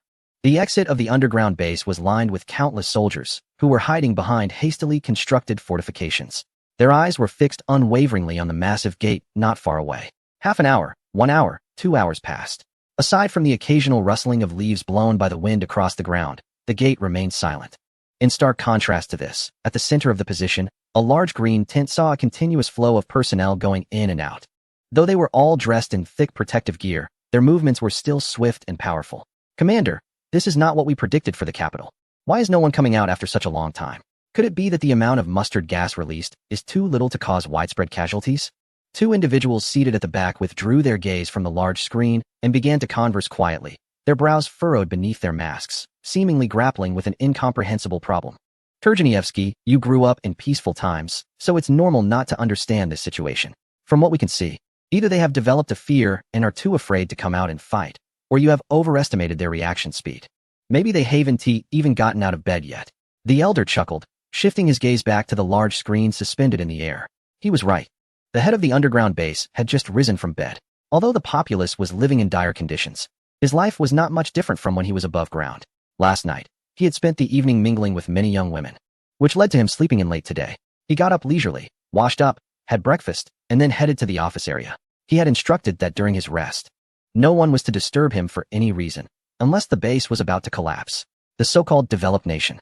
Reports of abnormal deaths among lower-class citizens had just landed on his desk as he sat down. Without even reading the contents, he tossed it aside. If they were lower-class citizens, then let them die? Slightly irritated, he picked up the next document to review. The food supply issue was becoming increasingly dire. The days ahead were truly becoming more challenging. 2 more hours passed. The middle-aged man who had just asked a question stood up from his seat. He paced back and forth in the tent, several times approaching the elderly man who sat steadily. He raised his hand, as if wanting to say something. Stop pacing. You're making me dizzy. The elder finally spoke, gesturing to the chair beside him, indicating for the middle-aged man to sit down. It seemed my suspicion was correct. They had no idea that we had released mustard gas. So are we to wait any longer? No. Give the order for the 1st Army's 3rd Division to execute Plan B. Understood. The middle-aged man immediately stood up from his chair, saluted with a standard military gesture, and strode out of the tent. The so-called 3rd Column is actually a special unit of fewer than 300 personnel, whose military skills far exceed those of ordinary soldiers from a certain country. Therefore, this infiltration mission is theirs alone. Get up, everyone. We have a mission. In a less conspicuous corner in front of the position, a very tall man shouted gruffly. Before his words fell, the people inside the tent were already fully armed and standing in the open space of the tent. Move out. Looking at the fierce team members, he nodded in satisfaction. The strong men dressed in starry camouflage protective suits streamed out, boarded the off-road vehicles parked outside, and sped away. Before long, the off-road vehicles appeared on either side of the large iron gate. Chapter 308. Escape. As soon as the off-road vehicle stopped, everyone jumped down, without anyone giving orders. They had already dispersed into 20 combat teams, surrounding the area 30 meters outside the iron gate. Now is the time. It was the rough voice that had just issued the command in the tent. The demolition team will detonate the plastic explosives in 5 minutes. Move in. His command was extremely brief. Understood. Although the voices were lowered, the chorus of over 100 people responding was still quite impressive. 10 individuals stepped forward from the team, carrying large backpacks, employing extremely standard stealth movements to reach in front of the iron gate. Although there was no defense at all, it must be said that this was a group of highly trained special forces. 5 stood guard while the other 5 took out some white blocks from their bags. These soap-like blocks seemed to have their own adhesive properties and could be easily pressed onto the heavy iron gate. So the soldiers arrived quickly and left just as fast. In a mere 2 minutes, they returned to the surrounding circle 30 meters away. Captain, we are ready. Prepare to detonate. Understood. Count down 10 seconds. 9, 8, 7, 3, 2, 1. Detonate. With a low roar, a deafening explosion erupted at the iron gate. As dust flew, a dark shadow shot out from inside. It flew for about 20 meters before crashing to the ground with a thud. Its landing point was less than 10 meters from where the soldiers were crouching. Captain, it's done.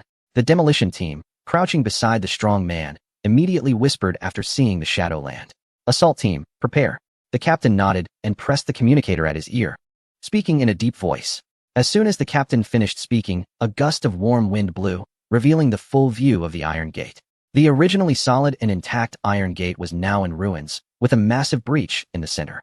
By visual inspection, the breach was over 3 meters high and more than 2 meters wide, enough for 5 people to pass through simultaneously. Captain, why is there no response? Are we moving in now? A query came through the captain's earpiece, his tone revealing some uncertainty. Could it be that they are preparing to take us all out? The captain did not respond. He picked up the binoculars next to him and looked toward the breach. Like other bases, inside the gate is an isolation room, which is still brightly lit at this moment, with only the overhead sprinkler system continuously spraying some liquid. Wait a moment, enter in 2 minutes, the team leader said through clenched teeth. Although the situation is unclear, orders have been given, and even if there are losses, they must press on. Understood. After the voice in the earpiece disappeared, everyone quietly lay still on the ground. The waiting process always feels a bit long, even if it's just 2 minutes. Move out. Finally, the team leader issued the command again. The team members sprang up, forming a tactical formation, and quickly moved to the front of the gate. They then entered through the gap in the door, while the team leader lay on the ground, tightly clenching his fists, waiting for the first gunshot. 5 minutes, 10 minutes. Team leader, we've entered the corridor. Everything is normal, no resistance detected. Over. The voice from the assault team came through the earpiece. Haha, the team leader laughed heartily. We were too cautious. The other side has no idea we are here. The entire team prepared to enter and execute the operational plan. Remember, our primary targets are the purification equipment and the water source. Yes. Felix, the head of the underground base in Oslo, raised his head, shook his aching arms, and placed the pen on the table. He stood up and began to pace slowly in front of the desk. Long hours of document review had caused some damage to his lumbar spine, so he had to get up and move around after 2 hours of work. The staff seemed to know his habits, and just as he stood up, someone knocked and brought in a cup of coffee. Felix picked it up and took a sip. The temperature was just right. He nodded in satisfaction, wanting to continue walking. However, before he could take a few steps, a wave of dizziness suddenly hit him. He quickly steadied himself against the table and shouted, Bowen, what's going on? Is the purifier malfunctioning again? Unfortunately, no one came in, and there was no familiar response from outside the door. What is that kid Bowen doing? Is he planning to go back to the corridor and keep company with those pests? Felix thought angrily. When the dizziness subsided slightly, he slowly walked out of the room and looked towards Bowen's usual seat. Sir, I'm afraid we have a big problem. Bowen, who had just been on the phone, rushed in front of Felix with a pale face as soon as he saw his boss come out. All the purifiers are malfunctioning. We can't stay here any longer. What? In shock and anger, Felix felt the room spin, and darkness enveloped him as he collapsed to the floor. Sir, sir, Bowen shouted anxiously a few times. Receiving only faint responses, he picked up Felix and ran outside. His loyalty was not out of devotion. He knew that only by carrying this man could he smoothly obtain a set of protective gear and safely escape the base. He exerted all his strength, not daring to let go even though his clothes were soaked with sweat. He needed to move faster, even faster. Otherwise, the only thing awaiting him was suffocation. Commander, Plan B has been successfully completed, and all members of the 3rd Brigade have returned. The middle-aged man returned to the large tent once more, his voice filled with uncontainable joy. As expected, Tujanevsky, the elder, stood up and said in a deep voice. Here. The middle-aged man stood at attention, waiting for the elder's next instruction. Orders. 1st, 2nd Armies, get ready. Once anyone steps outside, kill without mercy. The elder's voice remained gentle, but the coldness and the chill in his eyes still made Tujanevsky feel a shiver. This was no caring, cultured elder. He was clearly a man-eating tiger. Yes. Tujanevsky ran away. He could already see victory beckoning him. Where am I? After a groan, Bowen heard his master's voice from behind. He joyfully replied, Sir, we are in the elevator now, and we will soon enter the tunnel, heading straight to the underground base. As he spoke, he had already exited the elevator and was walking towards the dark tunnel. You did well, Bowen. Felix's voice was still somewhat weak, but knowing he would soon leave the base filled him with indescribable joy. This kid didn't abandon him and run away. From now on, your treatment will double. You can have 3 meals a day, and your daily drinking water will increase to 2 liters. Saying this, Felix lifted his head from Bowen's back. They were surrounded by people in protective suits silently moving forward, but due to the suits, he couldn't tell who they were. But it didn't matter. As long as he got out, that was good enough. Thank you, sir. Chapter 309. Open fire, Bowen. No need to rush. Put me down. Let us walk out slowly. Felix chuckled and patted the young man's shoulder. Can you? Bowen slowed his pace, speaking uncertainly. No problem. I was just a bit short of oxygen. If you feel uncomfortable at any time, just let me know. The moment Felix's feet touched the ground, Bowen plopped down onto the floor. He had already reached his physical limit, relying solely on willpower, so once he set down his burden, he could no longer hold on. Since you're so tired, let us take a break. Seeing Bowen's condition, Felix's heart softened. After all, this was his lifesaver, wasn't he it? Felix shifted to the side to clear a path for the people behind, then leaned Bowen against the wall of the tunnel. Before the two could stabilize themselves, shouting came from ahead. S-people, so many S-people. They're just a bunch of wasteful good-for-nothings. What is there to be alarmed about? Felix muttered, seemingly disdainful of the reactions of those ahead.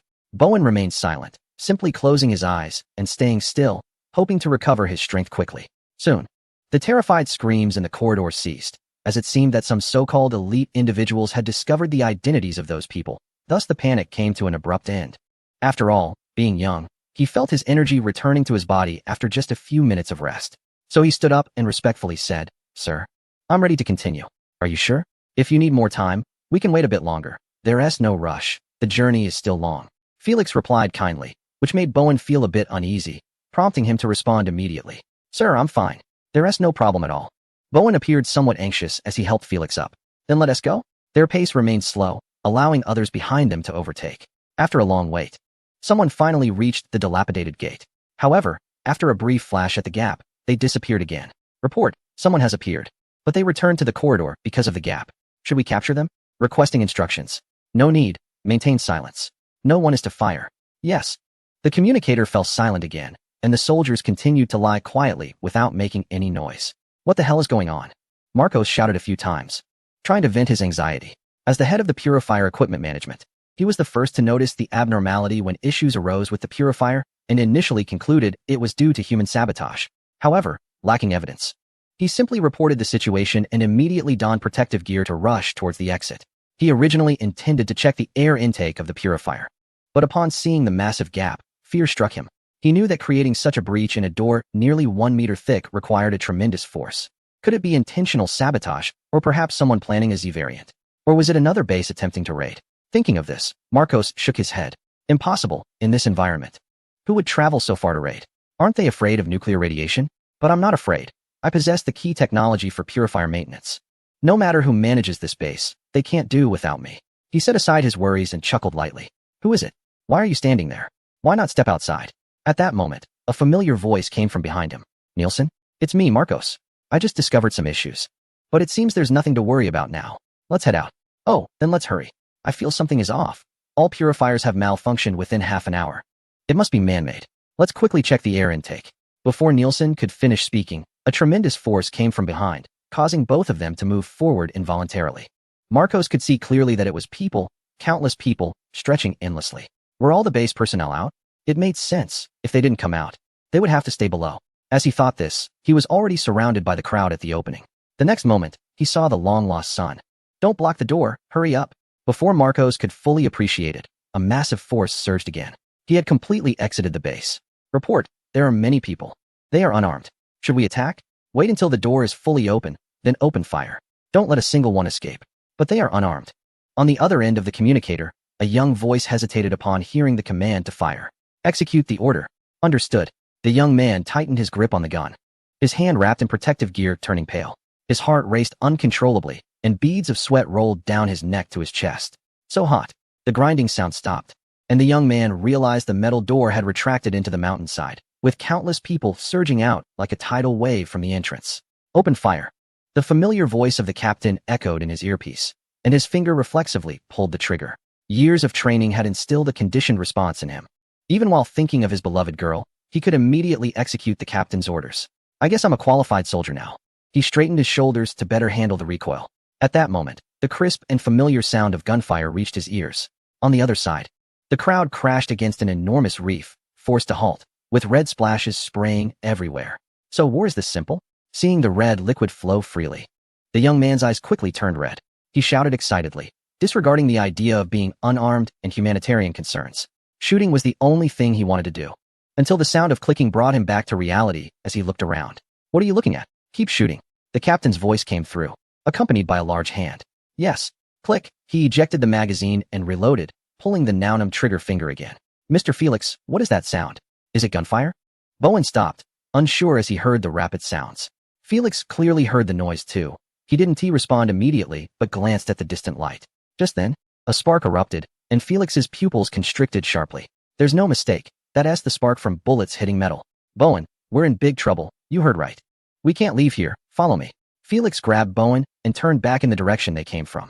We need to use the secret passage. Chapter 310. Elimination. On a small hillside 2 kilometers away from the underground base exit in Oslo, tender green grass swayed gently in the breeze. Suddenly, the base of the grass stirred. A patch of turf lifted, revealing a pair of blue eyes. In less than 3 seconds, the turf returned to its original state, and the eyes vanished. Report to the captain, the target has appeared. A faint voice emanated from a nearby large tree, familiar camo patterns and silhouette. It was the 3rd squad that had completed their destruction mission, and they had reappeared here. Continue to wait. The mouse will come out soon. Understood. The communicator fell silent again. Beneath the turf, it was needless to say that the individuals were Felix, the head of the underground base in Oslo, along with his subordinate, Mr. Bowen. The two quietly slipped away from the crowd, not returning to the underground base, but instead entering the elevator equipment room under Felix's lead. The head of the base pressed a button somewhere, and a portal appeared on the wall. There was no need for explanation. This was the secret passage Felix had mentioned. The first half of the passage was well constructed, even with flooring laid out, but as they continued, the ground turned to dirt, and the once spacious corridor gradually narrowed, resembling a transition from a civilized society to a primitive era, devoid of modern facilities, with a pitch-black passage that felt like a gaping maw. However, thinking of the gunfire that showed no signs of stopping behind them, the two plunged ahead. They stumbled to the end of the passage. "Sir, I checked. It's safe outside, just as you described." Bowen called down to Felix at the bottom of the hole, hanging from a soft ladder, excitement evident in his voice. "Don't rush, we have plenty of time. Let's reassess the situation in 20 minutes. Sighing, Bowen secured the latch on the cover and carefully descended the soft ladder. Once seated next to Felix, he glanced at his watch. It was already 3:10 p.m. Having eaten nothing all day, he licked his dry lips and lowered his head. Feeling a bit deflated. "How did I forget to bring some food?" he lamented with another sigh. "Don't worry, there's a small storage area not far outside. It has everything we need," Felix said with his eyes closed. Bowen suddenly looked up. It seemed Felix was speaking to himself. "What did you say, sir?" "Nothing. It's almost time. Let us prepare to go out," Felix replied, seemingly recalling something as he climbed the soft ladder. He turned to the young man and added, "I'll go first. You need to stick close to me." "Got it, sir." Bowen felt a bit happier. Felix's words implied he wouldn't abandon him after reaching safety. The grass on the hillside stirred again, and then it flipped open violently, revealing a short, stout figure who jumped out from within. As soon as he jumped out, the figure didn't pause for even half a second and immediately dashed down the slope with incredible speed, showcasing agility that was completely different from his size. The starry camouflage in the tree moved slightly as he raised his sniper rifle, firmly locking onto the figure, preparing to fire. "Captain, target locked." Just as his voice fell, another figure jumped out from the cave entrance. The captain squinted, seeing the second figure, glanced around, and upon noticing that the figure had already run a considerable distance, he hesitated not to run down the slope. "Captain, should we shoot?" The sniper in the tree pressed his earpiece again, hesitating when he saw that the two were unarmed civilians. "Shoot." The captain's emotionless voice came through. The sniper pulled the trigger. With two sharp sounds, the two running figures fell to the ground. Red and white splattered everywhere. Truly a special forces soldier, able to hit moving targets with precision. Outside the green tent of the underground base in Oslo, Turgenevsky strode inconfidently. "Commander, the mission has been completed. There are no survivors in the base, and we have confiscated a large amount of supplies, food, medicine, and drinking water. The logistics department is currently counting the specifics. Please give your orders. Leave the transport troops behind, and the entire army continues the offensive. In 5 days, we will take down the entirety of the Kingdom of Norway." The old man stood up, drawing a circle on the military map, enclosing the entire territory of the Kingdom of Norway. Meanwhile, in the east of this continent, Jing Sanlang was doing the same thing. Their current position was at the entrance of the underground base in Incheon, within the country to the south. Compared to the northern Bear Country, they had set off a few days earlier and had encountered some resistance at the port. However, with careful planning, the multi-domain landing corps caught the southern forces off guard. The southern soldiers retreated in panic towards the inland, while the invaders employed the same tactics to seize the underground base in Incheon. "Jing San, our information has been leaked. We may face even fiercer resistance in the future. Should we adjust our advance plans?" A soldier wearing a badge with the sun flag approached Jing San from behind. "Yes, adjustments are necessary," Jing Santaro replied after a few seconds of contemplation. "How should we adjust? Please advise." "Advance the attack by 3 days. The 1st to 10th Legions will launch a general offensive tomorrow, catching them off guard." "Isn't that a bit hasty? As the military overseer, I need to consult the command." "Baka." Jing San slapped the man, saying fiercely, "O Kamurat, do not forget the glory of your ancestors. Execute the orders." On the other side of Blue Star, in a country plagued by drugs, a squad of soldiers emerged from the entrance of the underground base, fully armed, boarding transport vehicles heading southward. There are many underdeveloped countries where people have darker skin and live in difficult conditions. After the nuclear explosion, they don't even have underground shelters to retreat to, and can only hide in the jungle, praying to survive. Without protective gear, skin decay quickly sets in, much like what a certain bear encountered, waiting for the final moments of life. Unfortunately, the forces from a certain country won't give them that chance. They will shoot on sight. At the main control center of the lunar base, the holographic screen is divided into many small squares, each displaying the ongoing war on the blue planet. Two individuals, sitting in chairs, discuss the situation. "Captain, is this the inherent flaw of humanity?" One asks. "Yes, in order for their own people and country to survive better. They have long since lost their humanity," comes the reply. "The bionic robots will soon complete production. Do you want to be fully involved?" "Yes. We must eliminate all the waste and leave a stable, peaceful blue planet for our homeland," so that I can leave with peace of mind. The other replies, decisively tapping the table. The cleanup operation will commence in 3 days. 3 days later, the cleanup operation is fully launched. Countries such as those from the northern region and the western continent have all taken the most aggressive offensive stances, executing blitzkrieg tactics to the extreme. They have even disregarded logistics, transporting all supplies from underground bases to use as reserves for attacking the next base. In just 3 days, they have nearly achieved their strategic objectives. Out of over 200 countries on the blue planet, fewer than 20 remain. The eternal truth that being underdeveloped invites aggression plays out once again. Only one country quietly defends its territory, neither participating in invasions nor allowing other nations to enter its borders, not even an inch. Comrades, the situation on the blue planet is a complete mess. The forces from certain countries are eyeing us closely. Just the day before yesterday, they made probing attacks from the east and west, but fortunately, we were well prepared, so they quickly retreated. However, passive defense cannot stop these bloodthirsty nations. I have called everyone together to hear your opinions. What should we do? Should we take the initiative to strike and repel the enemy at our borders, or should we strengthen our border defenses to crush any intruders? In the heart of the country, in a large room, several high-ranking officials gather around a table. An elderly man at the head of the table taps it to get attention. Mr. Zhao, please share your thoughts. Noticing everyone's furrowed brows, he takes the initiative to speak. Based on the intelligence feedback from the front lines, they will not hold back, so my opinion is to take the initiative. Mr. Zhao stands up and surveys the room. Because their target is us, other nations may have considerable reserves, but they are simply not on the same level as we are, so their aim can only be us. Let these scum taste our shells. He spoke each word with determination in his eyes. I have a different opinion. Our soldiers have not experienced real war for decades. While those nations have undergone several actual battles, I think we should be cautious, hold our ground first, and then make further arrangements. As soon as Zhao Lao finished speaking, someone raised an opposing view. However, he also stated a fact, which can be considered wise. Old Wang, you are right, but if we never act, when will we be able to train our troops? Sometimes, necessary sacrifices are unavoidable. After the statements from Zhao Lao and Old Wang, the others couldn't hold back and express their opinions. I think Old Wang is correct. We should proceed cautiously. We can train our troops while defending, which would reduce casualties significantly. No, I believe Zhao Lao is right. Perhaps the opponent won't even give us time to train, especially with the neighboring country and the invaders just coming from the island. The peninsula has already been fully occupied by them, and more importantly, there's the northern Bear country. We are likely to have multiple battles. In an instant, the people around the round table were divided into 2 factions, each holding their ground, unable to persuade the other. Stop arguing. Let's hear what Hua Lao has to say. It wasn't until half an hour later that Zhao Lao could no longer listen, since no one could convince anyone. It was better to listen to the leader. You all, being nearly 100 years old, why are you still acting like children? The elder chuckled and spoke, and everyone fell silent, turning to look at the center of the round table. Honestly, I don't know much about military matters. I found both Zhao Lao's and Old Wang's analyses very reasonable, and as an outsider, I've learned quite a bit.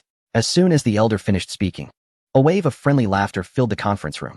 You are being modest, Zhao Lao and Old Wang said in unison. It's just the truth. There's no need to be polite. The elder raised his hand to signal them to sit down. However, in my view, both are half right.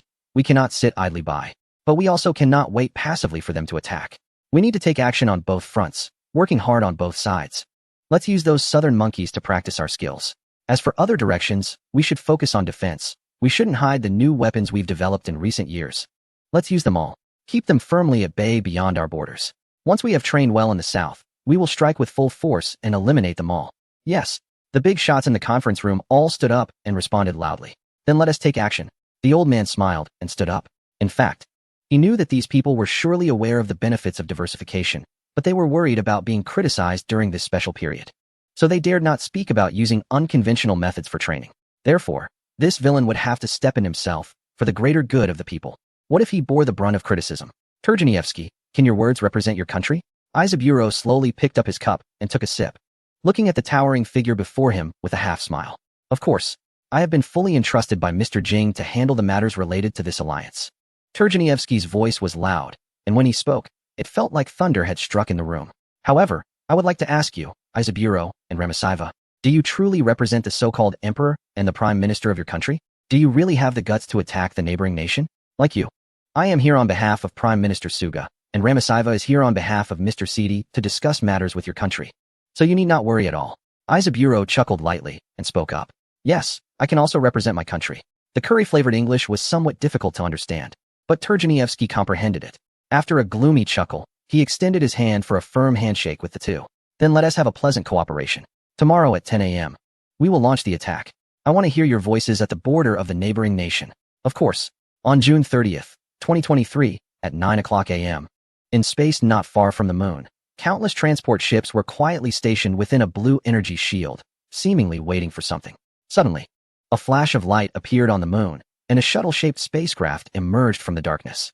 Following that, the thrusters at the rear of the transport ships lit up simultaneously, closely following the shuttle-shaped spacecraft toward the blue planet. Though they were transport ships, their speed was not slow at all. As they approached the blue planet, the shuttle-shaped spacecraft suddenly halted, while the transport ships slightly turned their bows and passed over the shuttle, heading toward the underground bases of the remaining 20-odd countries on the blue planet. Turgeneevsky, we will launch the attack in 20 minutes.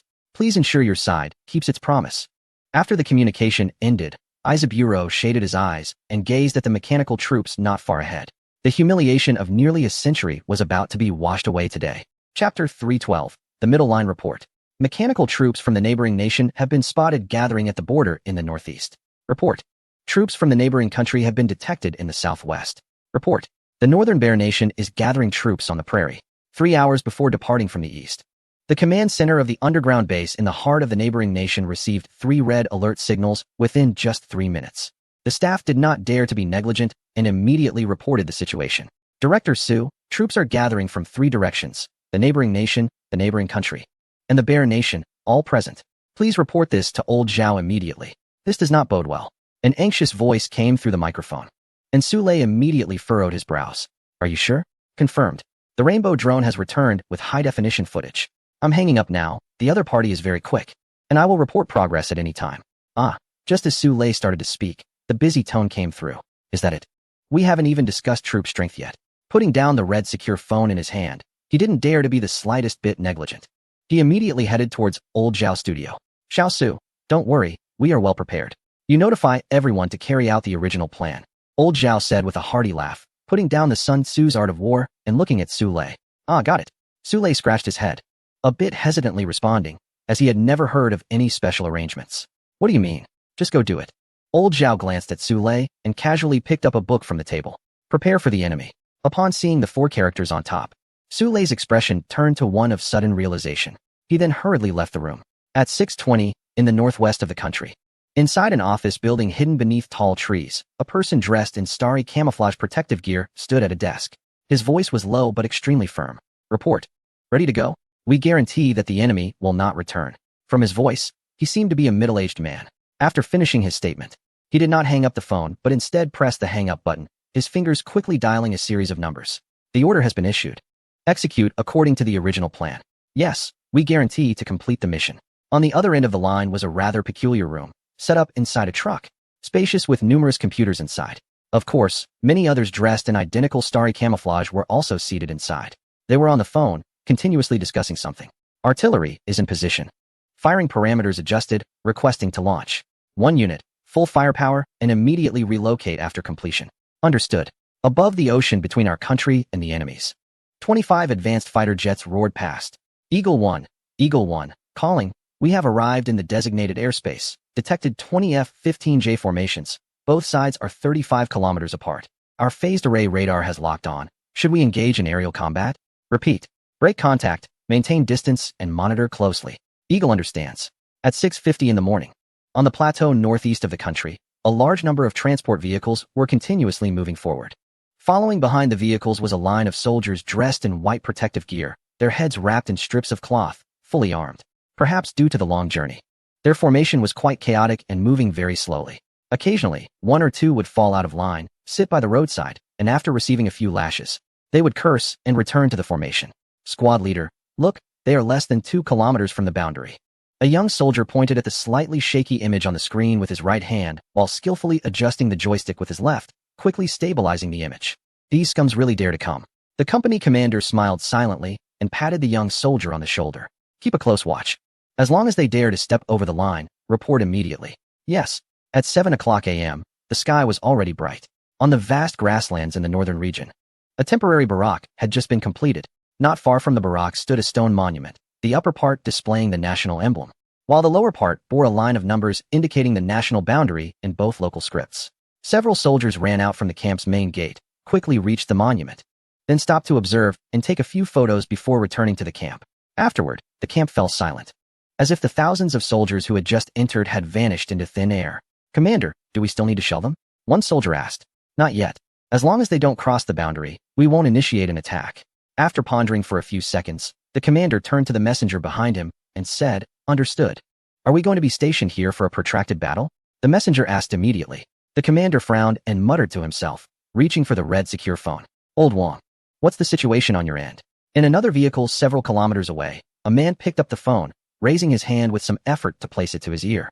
The young soldier next to him quietly diverted his gaze back to the computer screen, covering his mouth as he whispered to his comrade, "Look at Wong's build.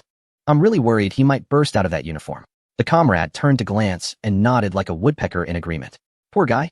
That's the biggest size they have. Hey, old phone. Those old comrades have set up camp and aren't moving. How about you?" "Same here, just keep a close watch." "All right, old phone. Keep the communication timely." "Got it." At 9:05 a.m., northeast of the region, along the midpoint of the river, an amphibious tank with a distinctive insignia had just crossed the line, its driver laughing heartily. "I told you, these sickly fellows are just like those others. They don't dare to stop the advance of the Empire." What Matsushita said is right. Laughter filled the cramped driver's cabin. At 9:06 a.m., 50 kilometers away on an open field, 10 heavy trucks revealed 400 round tubes pointing skyward, arranged neatly and impressively. Just as the amphibious tank crossed the line, the heavy trucks unleashed a barrage of fire, sending flames soaring into the sky, and a tremendous roar echoed through the air, changing the landscape. A grand display of artificial fireworks shot towards the river. "I want to be the first to land in the region, to seize the first achievement." 2 minutes after crossing the river, Matsushita was even happier, pushing the throttle to its limit. Full speed ahead to the other side. "Matsushita, slow down, there's artillery fire." Just as he was basking in his own pride, a terrified voice crackled through the communicator. "What?" Matsushita asked, and in that instant, a rocket precisely struck the amphibious tank. He glanced outside through the flames, where the river was engulfed in fire, flames that even water couldn't extinguish. Songxiao knew that was the effect of tank fuel. In the next moment, a figure soared into the air, and the amphibious tank turned into a pile of scrap metal, sinking to the riverbed. All 100 amphibious tanks and 10 landing ships were lost. At 9:10 a.m., the captain said, "The enemy just suffered a round of shelling, losing 5 F-15J fighter jets." So they quickly retreated back to the riverbank. "Oh, so that means they just crossed the border?" Dongfang looked at the footage, feigning ignorance. "Yes, indeed." Nova chuckled, pausing the screen on the first amphibious tank that crossed the river's midpoint. "We can't be polite. We must show them what we're capable of." Understood. Chapter 3:13. Cleaning up. A man-made rain of steel fell upon the river. This was the first war for the nation in decades, a full-force attack without any reservations. It was a review of the nation's soldiers and an inspection of its military equipment. The results naturally pleased the nation's leaders, and the footage of the rockets landing on the river was promptly sent to the underground base. Old Zhao was no exception. Su Lei stood beside him, skillfully operating the mouse. Perhaps by coincidence, the image froze just at the moment when Song Xiao was flung out. That little enemy looked quite formal. He must have practiced. Before Su Lei could respond, Old Zhao burst into laughter, seemingly amused by his own thoughts. "Are you all right, sir?"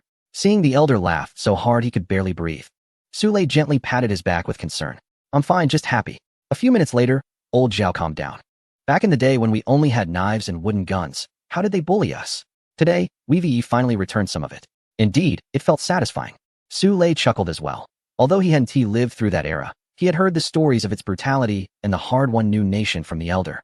It was a path marked with blood, and in that moment, he understood the elder's feelings. "Xiao Su, has the video from the elder been sent over?" "It's already transmitted. It might have even reached before you saw it." "That's good. Happiness is meant to be shared. Announce our achievements to the entire army. And let everyone know we must fight with pride and spirit, so the enemy dares not step onto our territory." "Yes." At 9:20 a.m., at the enemy's temporary camp. "Baka, how is your intelligence department doing this?" Jing Sen angrily slapped the camouflaged soldier standing in front of him, shouting in despair. "Didn't you say the nation was making no moves? Didn't you say it was just a routine defensive force?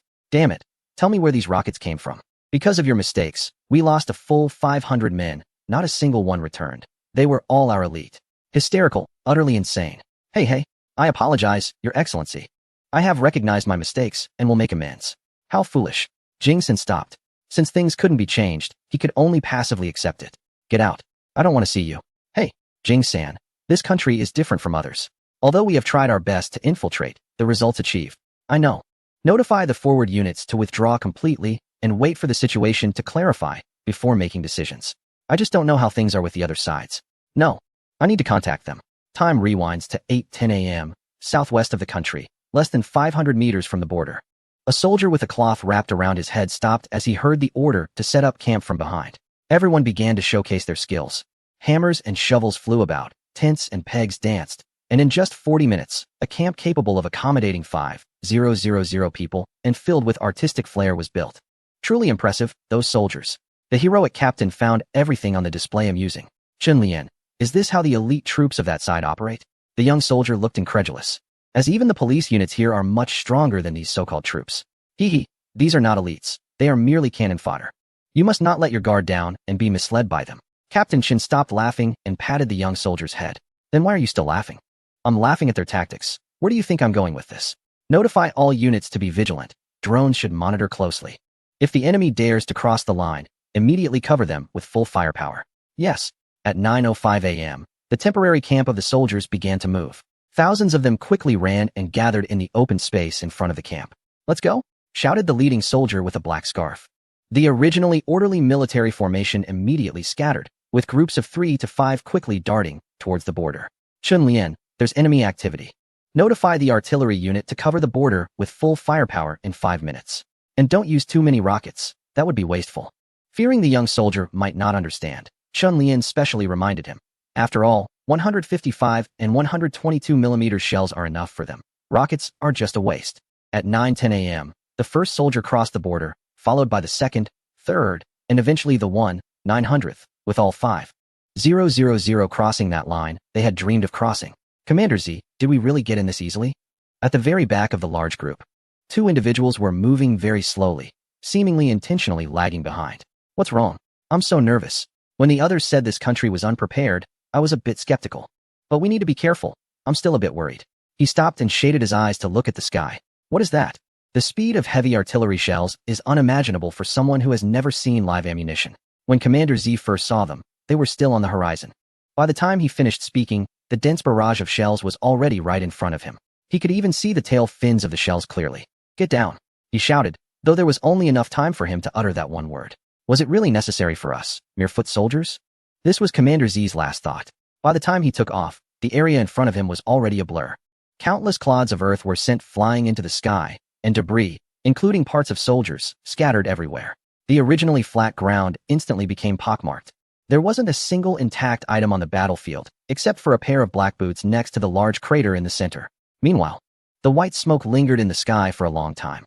What a spectacular shelling show. At 9:23 a.m., a signal was sent from the camp by the Yalu River. Hello, this is Jing-san. Has your side breached the defense line? No, Jing-san, you liar. Not a single one of my men is left. 5,000 people, a full 5,000. You want to die a good death. That's fine, we're all the same. Jing-san quickly cut off the call, leaving the roar on the other end. You're right, Jing-san-kun, said the person kneeling beside him in starry camouflage, chuckling. Hee. Xiaoyu, stop dawdling. Let us get started. Dongfang tapped the table. Captain, look, they have arrived. The holographic screen in front of the spaceship changed, splitting into 22 small squares, quickly expanding to fill the entire bridge. Dongfang casually glanced. The ships from the far side of the moon had reached above some open land, and he knew that below them were the main bases of certain countries. The leaders of those countries were residing below. Chapter 314. Annihilation. So, my dear Miss Xiaoyu, what are we waiting for? Let's get hyped. Dongfang laughed heartily, reaching out to touch Nova's ponytail. He actually called me dear. My goodness. Let me check what dear means in Blue Star. Got it. Dear refers to close relationships and deep feelings. So it must refer to me. Nova crossed her arms and swayed her slender figure slowly, her ponytail swaying back and forth with her movements. Is this my shining light? Dongfang was also stunned. He had never seen Nova like this before. Not just Nova, but really, you, a straight man of steel, have you ever seen a girl like this? Ugh, a single dog who has never been in a relationship. Oh dear. We're about to launch. Nova regained her composure first, as she had understood the full meaning of dear after flipping through 10,000 romance novels and identifying 120 keywords. At that moment, she was brimming with confidence. All right, shall we continue to watch the show? Dongfang returned to his seat, his expression having turned serious. no longer resembling that of a playful fool. Nova nodded vigorously and snapped her fingers in the air with two delicate white fingers. In just a breath, the spaceship on the holographic screen changed. Indeed, there was no delay at all. If this were used for browsing the internet or downloading movies, it would be quite exhilarating. Unfortunately, those female stars can't film right now, Nova silently complained, turning her attention back to the holographic screen. At 9:30 a.m., above the fortress of a certain nation, a spaceship hovered, invisible to the naked eye, as a blue energy shield surrounded it. The hatch at the bottom of the spaceship opened, and suddenly, a meteor shower fell from the sky.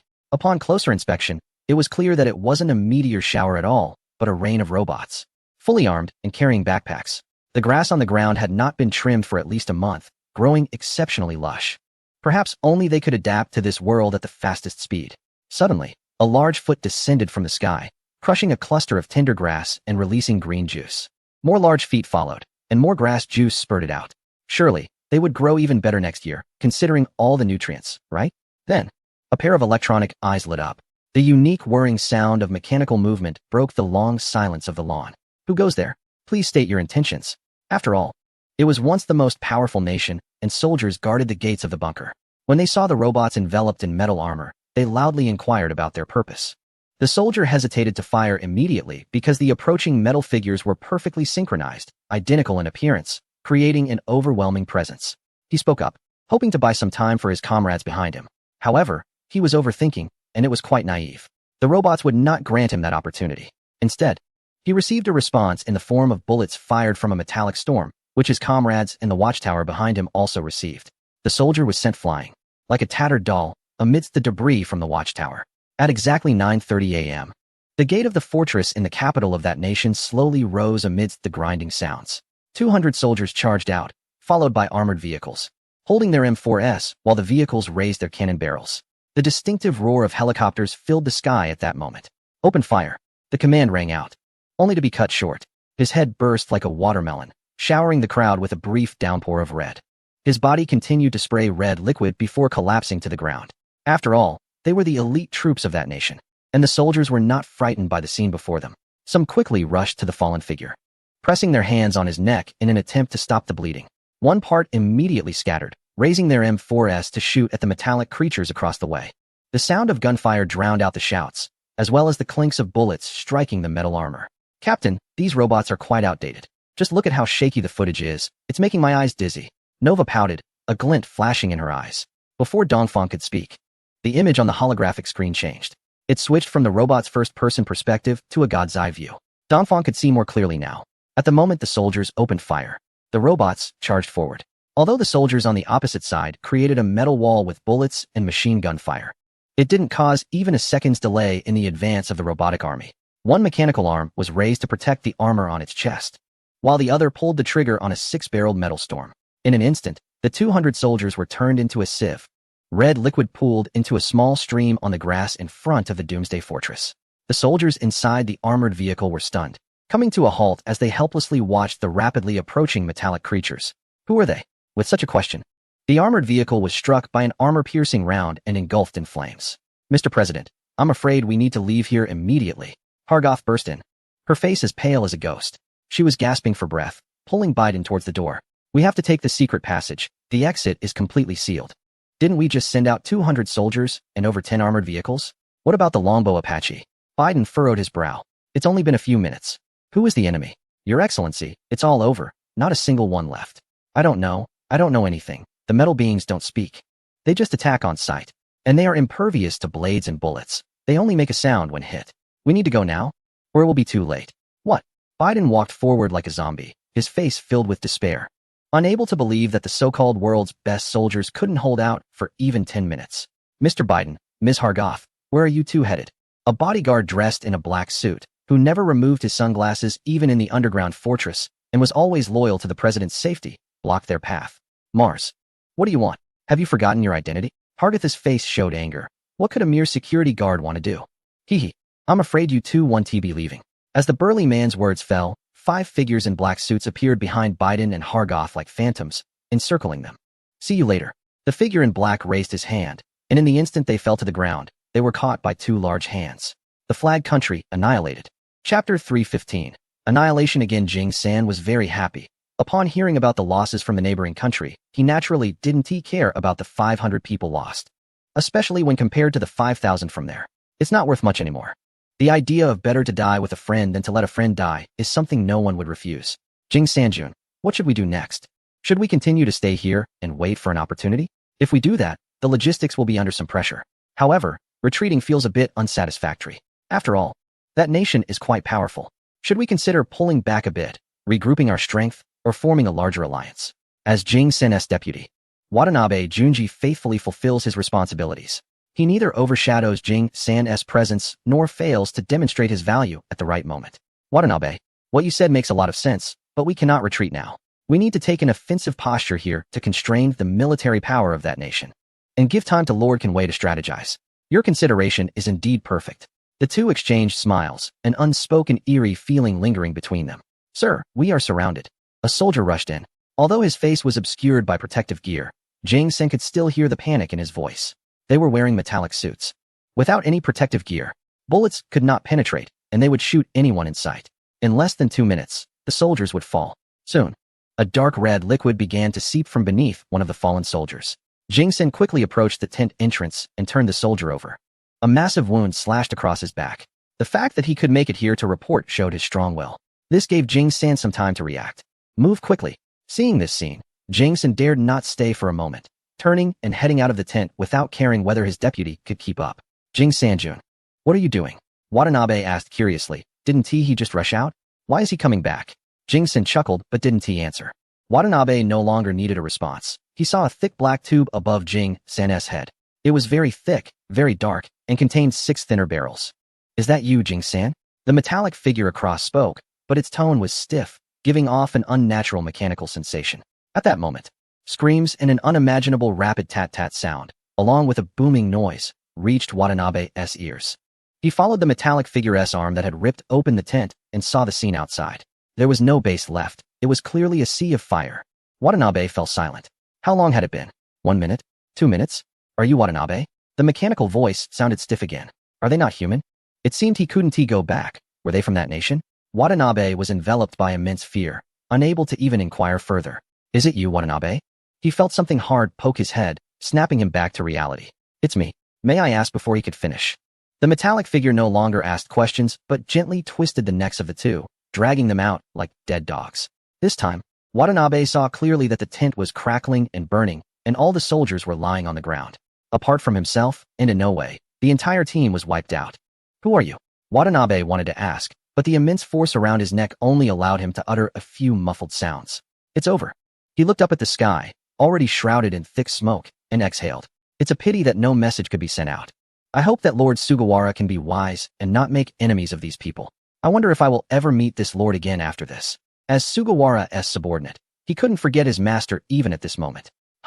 Watanabe's wish was granted, and it happened very quickly, in fact, that very afternoon.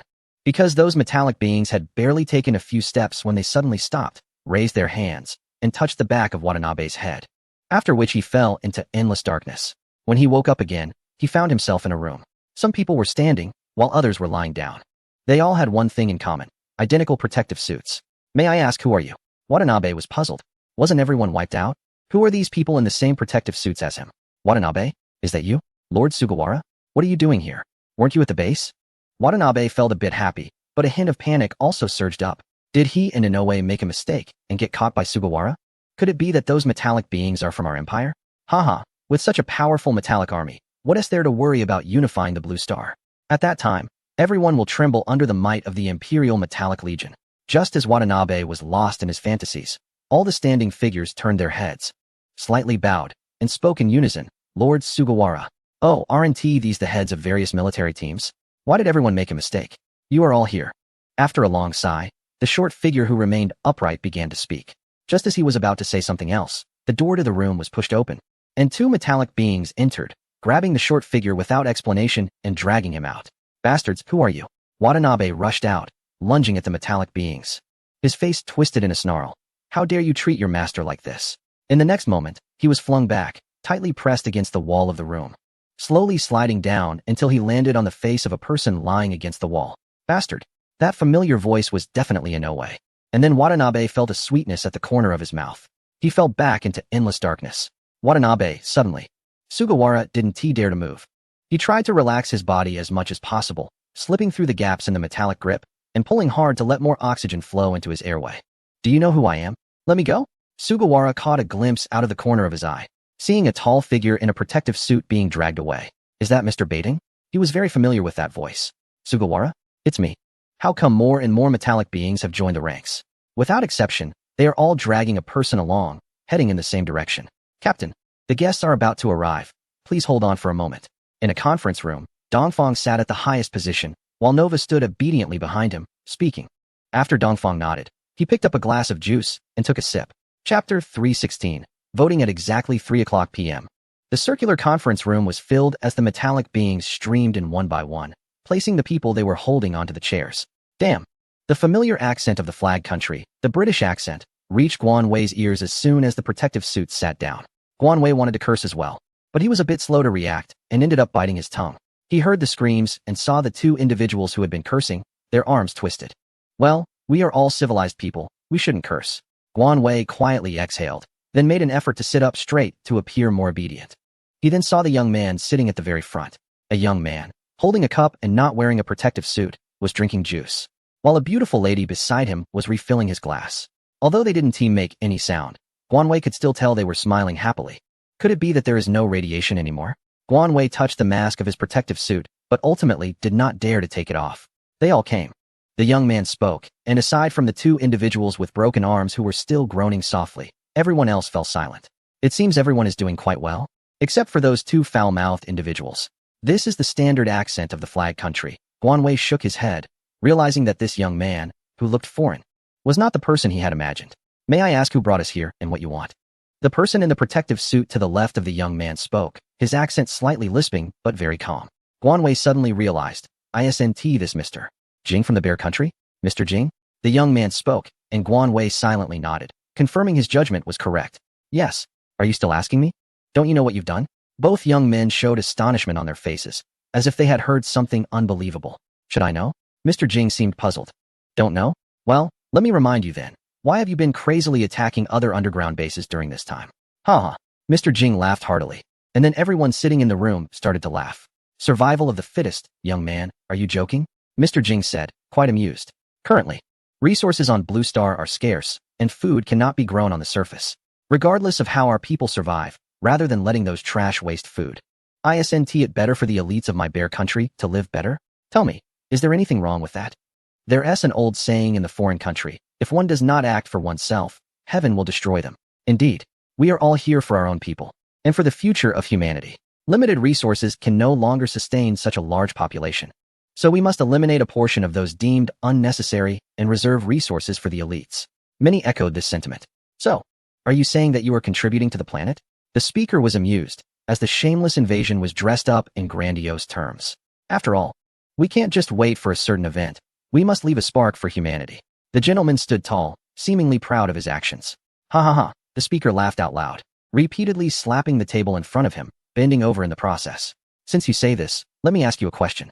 Observant individuals may have noticed that today, there is no mention of a certain populous nation. Why has the most populous country in the world not initiated an invasion? Is their strength not sufficient? Or can their weapons not take lives? The second question is, why don't you start your so-called cleansing from your own country? Does your nation have no waste? Are you all elites? Then may I ask, what are the standards for determining these so-called elites? The gentleman was at a loss for words. He did not want to answer regarding the populous nation, as its people are too clever and had prepared early on. According to intelligence reports, they had even cultivated countless fertile lands underground, making it easy to sustain their own population. That is why they wished to form an alliance to seize everything from that nation. However, this young man seemed to have a different attitude toward that nation, so he chose not to mention it at all. You lot, with your vile thoughts, speak in such grand terms, pretending to be righteous.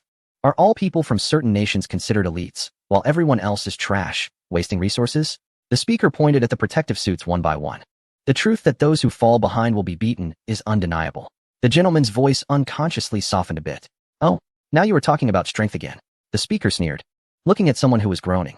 Since you say that those who fall behind will be beaten, I am strong enough to clean up the lot of you. I believe no one will object, right? Then how are you different from us? We are merely two sides of the same coin. Today, we admit defeat. Now tell us what you intend to do.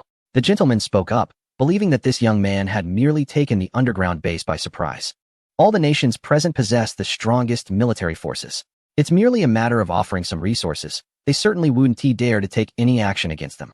Of course, there is a difference. I am here to establish peace. Peace. As long as nuclear pollution is not eliminated, there can be no peace. We must survive. And that means using our limited resources to sustain the people who match those resources. Once the planet is unified, won't this trouble be resolved?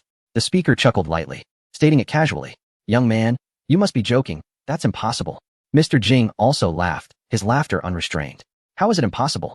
You should ask the tens of millions of military personnel behind us if they agree. Right. Speaking of which, the protective suits became emboldened. Huh, you have military personnel? I wasn't aware of that. Let me invite everyone to watch a movie. Dongfang pointed to the screen behind him. And the protective suits saw a scene they would never forget in their lives. Barren land, truly barren land, from one country to another. Each protective suit witnessed the fate of their so-called mighty military in front of a metal army. Do you see it clearly? Want to see it again? No. This is impossible. Mr. Jing shouted hysterically, along with the remaining 21 protective suits. After a long while, they finally calmed down. What do you want? I want to establish a unified great nation, one that unifies this planet. Dongfang blinked, a playful expression on his face. I agree. After a long silence, Mr. Jing, Qin Wei, and others raised their heads. So who will be the head of this country? Is it you? No, I want to participate. Dongfang shook his head. The protective suits immediately showed a hint of ambition in their eyes, meaning the leader would be chosen from among those present. However, I have the right to nominate. The protective suits cast eager glances. What about us? You have the right to vote. Dongfang said, flashing a bright smile. I nominate the candidate for leader as Mr. Hua from the country. You may vote now. I disagree. Mr. Jing stood up, and a mechanical hand gently twisted his neck. You have lost your voting rights. Now, please, the rest of you vote. Chapter 317, Unanimous Vote. The originally noisy room fell into a deathly silence. Jing San's pupils began to constrict violently. A storm surged within him. Such a leader of a superpower had fallen so easily. He rubbed his eyes in disbelief and focused intently on the big screen, hoping to see Mr. Jing get up from the ground, or someone shout cut. This guy still thinks it's a movie. Before Jing San could regain his senses, the young man on the screen spoke again. By the way, that segment just now was cut and not broadcast. Mr. Jing left so suddenly. I am very saddened. We cannot build our happiness on the suffering of others. Let us give Mr. Jing a proper burial and invite Mr. Vijay from that country to come. We'll let him cast that vote. Jing San suddenly understood. No wonder he and others were brought here. It was clearly just a replacement when the previous tool didn't cooperate. I hope Mr. Qin Wei will uphold the fine traditions of his country and definitely flatter that young man, even if it means kneeling to do so. After Jing San finished his prayer, he redirected his gaze to the big screen. Sugawara's body involuntarily began to tremble. He didn't want to, but at 72 years old, with the environment of Blue Star being so harsh, he still wanted to live. So he compromised. Voting was necessary. After all, centuries ago, his country was a vassal of another nation, and now there wasn't much difference. It was a good opportunity to learn from their technology to better support his people. Yes, that's how it should be. With this thought, Sugawara slightly nodded and quickly raised his arm. I vote for the old leader. Feeling it wasn't enough, he raised his other hand as well. Both hands in favor. The rest of the protective suits turned their heads in unison, including the two whose arms had been broken. Very good. Dongfang nodded and smiled. Indeed, just like his countrymen, they would flatter whoever was powerful. This fickleness would never change, regardless of the time. But what about the others? Just as Dongfang's words fell, the meeting room door opened again, and the protective suits were sent to Mr. Jing's seat. It turned out that Mr. Vijkov had arrived. I have a question for you, may I? Dongfang looked towards the source of the voice. Oh, what question does Mr. Biding have? Can you guarantee my life? Go ahead, Dongfang replied noncommittally. Then I'll risk it and ask. My country has never participated in aggression, nor persecuted people from other nations. We just stayed quietly in our bunker. Why was I brought here? Can I leave, like they do? I assure you, my country will not invade others. We will stay quietly in the bunker.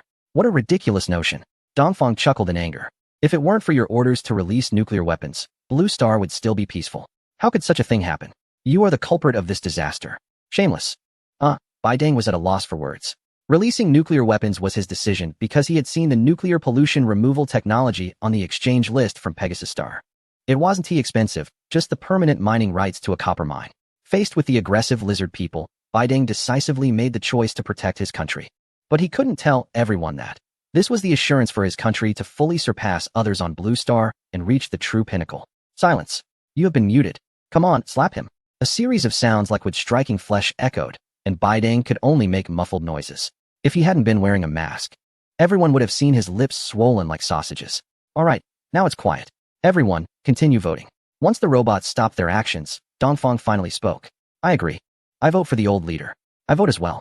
The remaining protective suits had no more thoughts of resistance and cast their votes one after another, including the muted Bidang, who raised his hands high. Well, the old leader has received 21 votes, unanimously passed. Let's conclude today's meeting here. It was truly a harmonious and successful gathering. Everyone should be a bit happier. After all, we have created history with the first global unification of Blue Star. Dongfang stood up, chuckling, and walked out of the conference center. Happy? Not at all. We are not happy one bit. At exactly 7:00 p.m., Zhao Jinyu, after a busy day at work, returned to his small home. Thanks to the technology left by Dongfang, the crops in the underground base were flourishing, and the air was no longer as polluted as before. This allowed him to return early and enjoy dinner with his wife. You're back so early today? Yes. With the new light source and the new purifier, my burden has been lifted significantly, and my work efficiency has improved. Zhao Jinyu laughed heartily, took off his coat, and went into the narrow bathroom to wash his hands. You're starving, right? Hurry up and come eat. His wife placed a plate of bright red cold tomatoes on the table. Why are there tomatoes today? Isn't there a new light source? The comrades tried greenhouse planting, and quite a few have ripened these past few days. They just got delivered, so I wanted you to try some. Zhao Jinyu frowned as he sat at the table. These should be given to more needy families, not just us. Just eat. They say greenhouse crops mature quickly and come in batches. Everyone has something to eat today. That's good. Zhao Jinyu's frown relaxed, and he finally picked up his chopsticks. Good evening, fellow Blue Star citizens. Welcome to today's broadcast from Huagua. The major news today is that scientists have made significant breakthroughs in controllable nuclear fusion. The familiar voice came from the small television on the dining table, a program Zhao Jinyu watched daily. Hearing this news made him smile. It must be because of the materials he submitted that were thoroughly understood. Just as he wanted to listen closely to see what kind of technology Dongfang had provided, the screen suddenly turned to static. Really? At a critical moment? Zhao Jinyu shook his head, stood up, and was about to give the old TV a couple of slaps when the image reappeared. I apologize for interrupting everyone. A person wearing a Pigsy mask appeared on the screen. Huh. Zhao Jinyu was taken aback. The figure looked somewhat familiar, but the voice was completely new to him. Shaking his head to clear his confusion, he pressed the number 3 button on the remote. Today, I want to announce something important here. The same masked figure continued. I believe this is something that will make everyone happy. Because, before the masked man could finish, Zhao Jinyu pressed the channel up button again. He wanted to watch his favorite evening news. Starting today, Blue Star will no longer experience war. We will have a unified nation. Everyone will work together and support each other through these difficult times. Are you happy? Who is this person? How could they even control a television program from Huagua? Zhao Jinyu let out a sigh of frustration and put down the remote control. All the channels were showing the same program, with no options left. He needed to report this quickly. Zhao Jinyu took out his phone and rapidly pressed 11 digits. By the way, our new country is called Huagua. However, he hesitated, his finger hovering over the green dial button without pressing it, his mouth agape in disbelief, as if he could easily fit 2 eggs in it. Huagua. Well, that is not my decision. It was elected by everyone. The masked man chuckled and stepped aside from the camera. Biden, Suga, Modi, and JF. Zhao Jinyu looked at the familiar figures appearing on the screen, his mouth involuntarily uttering their names. Of course, they weren't wearing protective suits, so he could easily recognize them. The masked man was right. Biden was the first to stand up. On behalf of the flag country, I join Huagua. Each word came out of Biden's mouth slowly and deliberately. As soon as he finished speaking, he seemed to collapse back into his seat, as if he had exhausted all his strength. Xiao Yu, I must say, this biological chip is indeed effective. It's a bit of a waste to install it on this group of fools. Out of the camera's view, the masked man spoke quietly to the small figure beside him wearing a Tang Sung mask. Yes, it's simply a waste. The Tang Sung figure nodded vigorously, agreeing with Beiji. Captain, do you want to physically eliminate all those from the flag country and the little devils? Beiji asked. If so, I need your authorization, after all. They aren't military personnel. Yes, Xiao Yu, at this crucial moment, we can't show any mercy. We must set an example to deter those so-called nationalists, leaving them with no room to survive. Therefore, we must eliminate every last one. Understood, Your Excellency. The Tang Sing figure performed a comical bow to Beiji. I am Suga. I represent the country of little devils and join Huagua, accepting its complete leadership. I am Modi. I am JF. 21 individuals stood up one by one to express their positions. Captain, since we have the chips, why do you still want them to vote? The curious Tang Sing figure asked. Why go through the trouble of holding a meeting when you can just control them to speak? Xiaoyu, how long have you been developing a personality? There are too many smart people in this world. If I just controlled them to speak, it would seem too fake. And those clever individuals would easily discern the truth. Therefore, I need to hold a meeting first to break down their psychological defenses. Then, I will hold a global press conference, allowing them to willingly express their desire to join Huagua. Also, I will broadcast the meeting live shortly after, enabling the people of various countries to quickly accept the reality and unite with us faster. By the way, did you cut that part you were supposed to remove? Along with any unsuitable conversation content? Can I say I thought you were joking? I haven't edited it yet, but this wouldn't be too difficult for her. With just a quick turn of the eye, the video editing of the election scene was completed in the blink of an eye. Alright, you can play it at any time. Just as the last person finished expressing their opinion and walked back to their seat, the individual, known as Beiji, returned to the camera's view. Well, I believe our fellow citizens around the world can hear this clearly. Let us applaud the integrity of the leaders from various countries. By the way, I'm sure many think I pressured the heads of state, but I can assure you that is not the case. We will soon play the live footage of the election meeting, which was entirely voluntary, aimed at improving the lives of everyone on our planet, eliminating hunger, poverty, and class distinctions. Please enjoy. The masked figure disappeared, leaving the entire global audience, including Zhao Jinyu, stunned by the scene before them. Mr. Hua, quick, look at the television. In the underground base in the heart of the region, an elderly man burst in, panting heavily. What is the hurry? Sit down and tell me. Mr. Hua lifted his head, put down the documents he was reviewing, and laughed. Don't wear yourself out. Xiaoli, go make a cup of tea. He said this last part to the man beside him wearing gold-rimmed glasses. Xiaoli, don't rush to pour water. Turn on the TV first, or it will be over soon. The man with the gold-rimmed glasses looked at Mr. Hua. Listen to Mr. Zhao. I am Vichev, representing the nation of bears, said the voice on the screen. Mr. Hua froze. He was very familiar with Vichev, enough to recognize him immediately upon hearing his voice. For a moment, no one spoke as they suppressed their countless doubts and patiently watched the entire press conference. Alright, this press conference is now concluded. Recently, these principal gentlemen and ladies will be heading to our region to submit their applications to join, so I ask all the bigwigs watching on television to prepare in advance. Until we meet again. Beiji waved his hand, and the TV switched back to the evening news. The two hosts had evidently seen the earlier press conference, and only when the earpiece prompted them to continue did they hurriedly begin speaking. A significant breakthrough has been achieved, controllable nuclear fusion.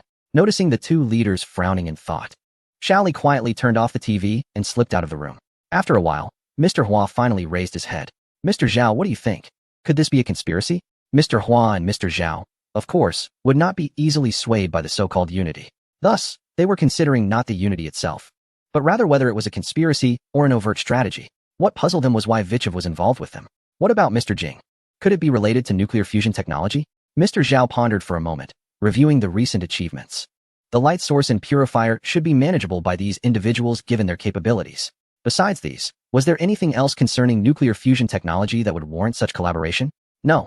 Mr. Hua began, just as the man with the gold-rimmed glasses re-entered the room. Old Hua, Old Zhao, the foreign department just received letters of intent from various countries. They want to join our country, and in the next 2 days, the leaders from these countries will personally come to submit their letters and remain here to fully accept our leadership. Hiss, Old Zhao gasped. Could this really be true? It can't be.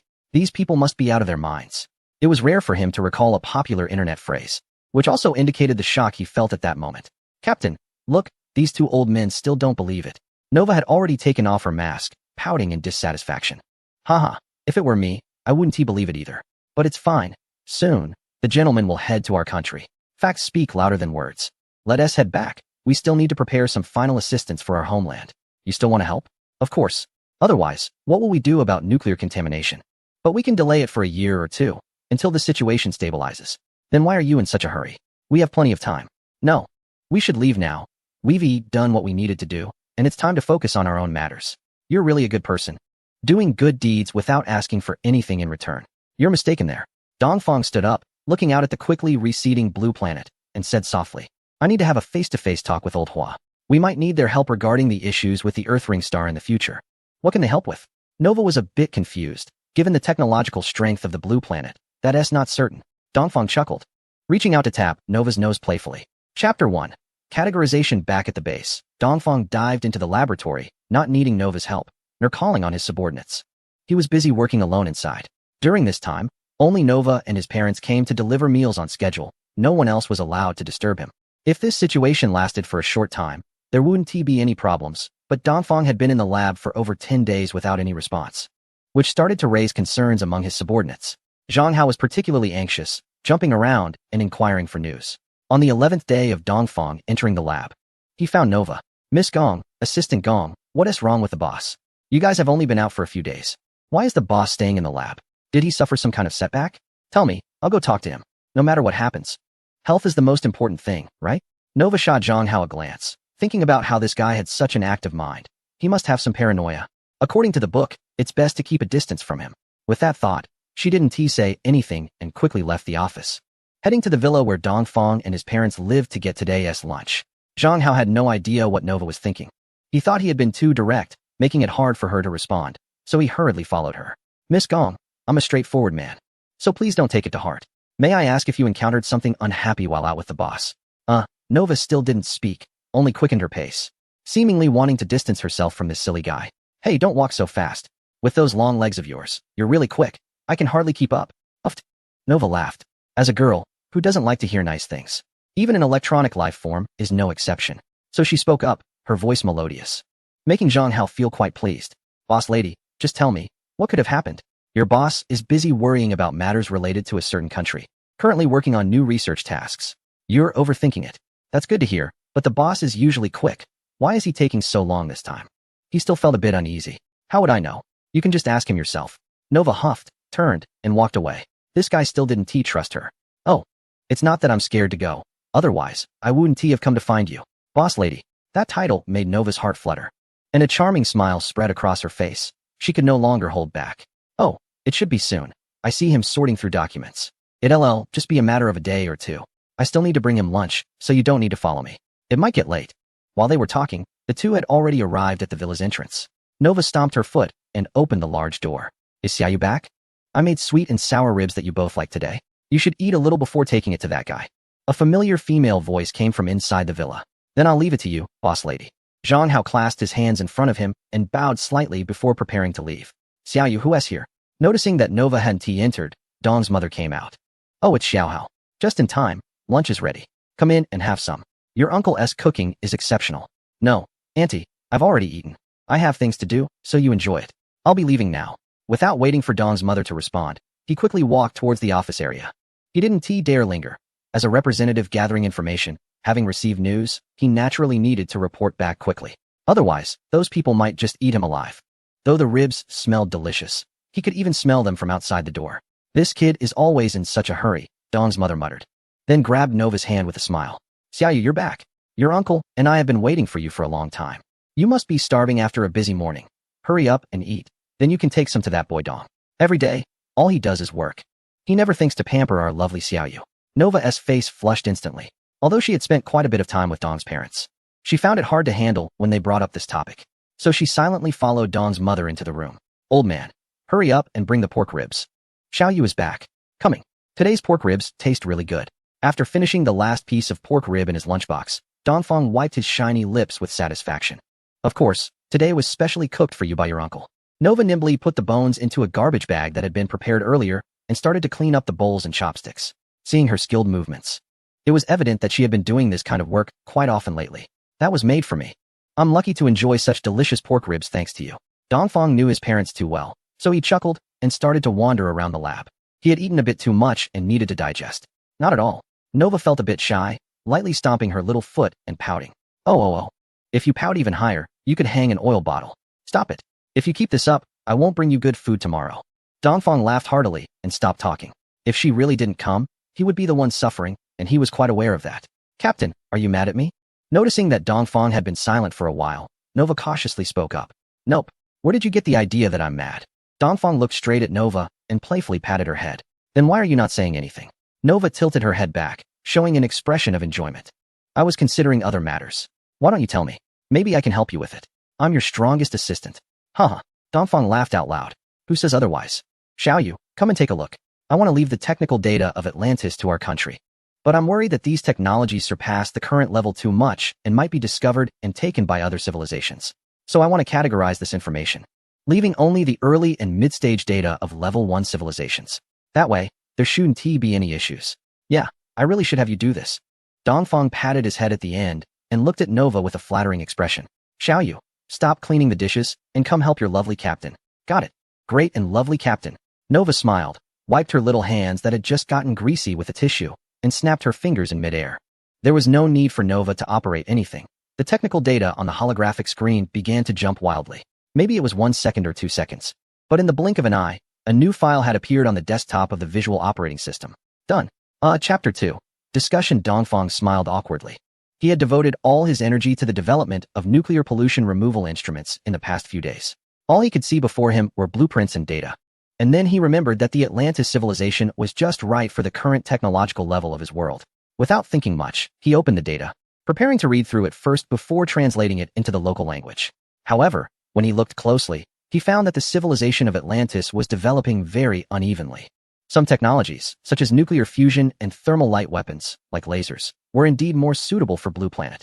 However, others, like artificial intelligence and protective technologies, like energy shields, far exceeded the level of a Type 1 civilization, even reaching the level of a Type 2 civilization.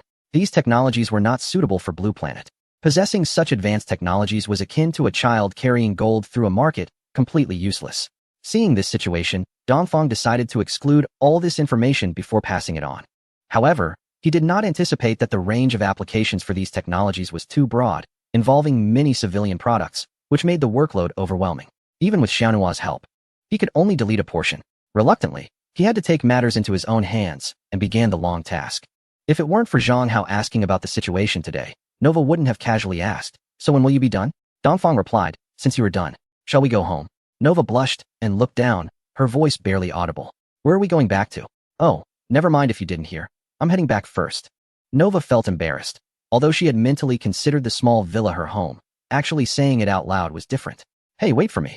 Seeing Nova leave without looking back, Dongfang hurried to catch up. If their parents saw that Nova was going back separately, they would surely ask all sorts of questions about the reason. Nova quietly slowed her pace, and when she caught sight of Dongfang beside her, she finally smiled. "Xiaoyu, I didn't expect you to be a big girl so soon," Dongfang exclaimed, realizing that Nova had started to show her little temper. This was a huge progress, indicating that she was growing up quickly, developing her own independent personality and way of thinking, no longer just following whatever she was told in her childhood. "What's wrong, great captain? Don't you like me growing up?" she said, puffing out her chest. I do, I especially like it." Dongfang chuckled and playfully patted her head. "Hee hee," Nova laughed and skipped ahead. "Hurry up. Uncle and Aunt must be waiting anxiously. You haven't been home for many days." "How could they be anxious? They have no idea when I'll be back." "But I just told them." "You little clever girl." Dongfang shook his head and quickened his pace. At 8:55 a.m. on July 6, 2023, in the conference room of an underground base in the heart of a certain country, an elder sat quietly in his seat. Although several days had passed, disbelief still occasionally flickered in his eyes. He raised his head and glanced around. Unlike previous meetings, this time the conference room was filled to capacity, even feeling a bit crowded. Due to the increased number of people in the conference room, specifically 21 more individuals, everyone including Mr. Kan, Mr. Jing, and Mr. Bai was seated neatly at the table. They were actively conversing using the few Mandarin phrases they had just learned, exchanging greetings. After a brief exchange, Mr. Bai expressed his hope for continued support. Mr. Zhao chimed in, encouraging compliance. Hearing this, Mr. Hua couldn't help but smile inwardly, realizing that the grand dream of their nation returning to the pinnacle of the world had come true. Who wouldn't be happy about that? "Everyone, please be quiet as we prepare to hold the first meeting of our new nation." Mr. Hua tapped the table, noting that the clock had struck 9. The room quickly fell silent. Just then, the phone rang, its loud tone particularly striking in the quiet conference room. "Mr. Hua, it's an unknown number." A colleague leaned in to whisper, presenting the phone to Mr. Hua. "Hang up, we can discuss it later," he replied, frowning. The situation felt strange. Those who knew his number were all present, and such unknown calls shouldn't even get through. He decided to address it after the meeting. However, before he could finish his thought, the call connected automatically. "Hello, Mr. Hua." "What?"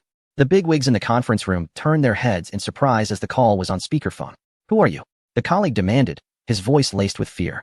It was alarming that Mr. Hua's specially secured phone had been so easily compromised. "Don't be nervous. It's me, Mr. Beiji. I'm sure you've all seen my live streams. Aren't I handsome? Please pass the phone to Mr. Hua. I need to discuss something with him." "Give it to me." Mr. Hua chuckled as he took the phone, turning off the speaker. "Hello, I am Hua XX. May I know your real name?" he asked. "All right, if you prefer not to share, I won't press you. What is the purpose of your call today?" To have a chat. Okay, I look forward to meeting you, Mr. Beiji. Mr. Hua hung up and looked at the serious expressions in the conference room, breaking into a smile. Everyone, there's no need to worry. Mr. Beiji means no harm. He just wants to have a conversation. That's unacceptable. Mr. Zhao stood up, worry etched on his face. As the saying goes, a gentleman does not stand beneath a dangerous wall. I should represent you in this discussion. Mr. Zhao, you're overthinking it. Mr. Beiji truly has no ill intentions. If he did, I wouldn't be able to sit here and talk with you now. Just ask Mr. Bai and the other gentleman who recently joined our nation. Old Zhao turned to Bai Deng, his eyes filled with coldness, as if to say, if you dare to speak nonsense, I'll make sure you regret it. Hua was right. With the help of the translator beside him, Bai Deng finally understood the situation. He quickly stood up. This Mr. Beiji's strength far exceeded your imagination. If he wanted to, coming here would be as easy as going home. Since he called to arrange a meeting with Mr. Hua, there definitely wouldn't be any issues. If he wanted to deal with us, everyone present, I mean, no one here would stand a chance. Yes, that's right. What Mr. Bai Deng said is the truth. The remaining 20 people quickly stood up in agreement. They had a deep understanding of the young man's power. Old Zhao slowly nodded. If it's just one or two, that's one thing, but since everyone is saying so, it must be true. Mr. Hua, where will the conversation take place? Right here, in our current conference room. Then let us talk and see what tricks he has up his sleeve. Old Zhao relaxed his furrowed brow. Since it was on his own turf, there was nothing to worry about. Otherwise, you'd have to ask if those who had contributed millions would agree. Oh, everyone is here. Quite complete. A man wearing a pig head mask burst in, followed by a young man who was sweating profusely. Mr. Hua, I couldn't stop him. He said he made an appointment with you. Mr. Hua waved his hand as he stood up, and the young man breathed a sigh of relief as he exited the door. Hello, Mr. Beiji. Chapter 3 Support. Hello. Mr. Hua, I've heard so much about you. Beiji chuckled and walked directly to the conference table, sitting down as if he were at home, completely ignoring the stunned people who were staring at him. Mr. Hua seemed not to care about Beiji's unruly behavior at all. After a chuckle, he sat beside Beiji. Mr. Beiji's name is indeed well known to me. That is too much praise. Beiji laughed heartily, propping his legs up on the table, feeling more at home than ever. Damn. You little brat, do you want to die? How dare you be so arrogant in front of Mr. Hua? Do you believe I'll beat you up? Seeing Beiji's reckless behavior, Old Wang's temper flared up. He usually didn't hold back with such people. Hey, Old Wang. Isn't it better for young people to be a bit more casual? Mr. Hua waved his hand, taking over the conversation. Old Wang was taken aback. His colorful curses could only erupt in his heart, but his mouth was tightly closed. Forget it. Since Mr. Hua doesn't mind, I'll let you off this time. Now that's the right attitude for a conversation. Alright, everyone else, please leave. Mr. Hua and I have important matters to discuss. Damn. Old Wang, whose temper had just calmed down, was immediately stirred up again by Beiji's few words. Whoever you are, I'll teach you a lesson on behalf of your parents. You little rascal. Old Wang started to speak, but suddenly noticed that Mr. Hua had stood up, looking at him expressionlessly. His voice involuntarily dropped. Mr. Hua, I'm just being teased by this kid. He knew that the expression on Mr. Hua's face meant he was definitely angry. Although he usually dared to joke with Mr. Hua, it was only when Mr. Hua was in a good mood. Once this seemingly kind and approachable elder got angry, Old Wang felt a deep fear towards him. Though he couldn't quite explain why, he just felt scared. So he hurriedly tried to explain, it's all right, you all can leave. I've made an appointment with Mr. Beiji here. Mr. Hua sat back down, a smile already replacing the earlier expression on his face. It seemed Mr. Hua was also quite a master at managing his expressions. After murmuring this to himself, Dongfang retracted his legs from the table. The purpose of his earlier action had been achieved. He believed that the familiar old Zhao wouldn't linked such a blunt person with the young and polite Dongfang. I'm really clever, he thought to himself. The big shot stopped talking and, following Mr. Hua's instructions, lined up to walk towards the small door. However, there was one exception. Old Zhao? He frowned, as if pondering some difficult problem. Old Zhao, there's no need to worry. I trust Mr. Beiji. Please wait outside. We'll continue the meeting shortly, Mr. Hua reassured him, thinking that Old Zhao was still concerned for his safety. I'm fine, Mr. Hua. Please take care. Old Zhao shook his head vigorously and slowly walked towards the door. Why does Mr. Beiji's figure look so familiar? Although the voice is completely different, why do I feel that this person must be someone I know? Forget it. I'll find out once we talk later. With this thought, Old Zhao set aside his confusion and quickened his pace towards the exit, as he was the last one left after Mr. Hua and Mr. Beiji. With a click, as he watched the door slowly close, Old Zhao fell into deep thought once again. Who could it be? An hour passed, and the big shots outside showed no signs of unusual behavior. They gathered in groups of 3 or 5, casually discussing matters big and small about the country, appearing very relaxed.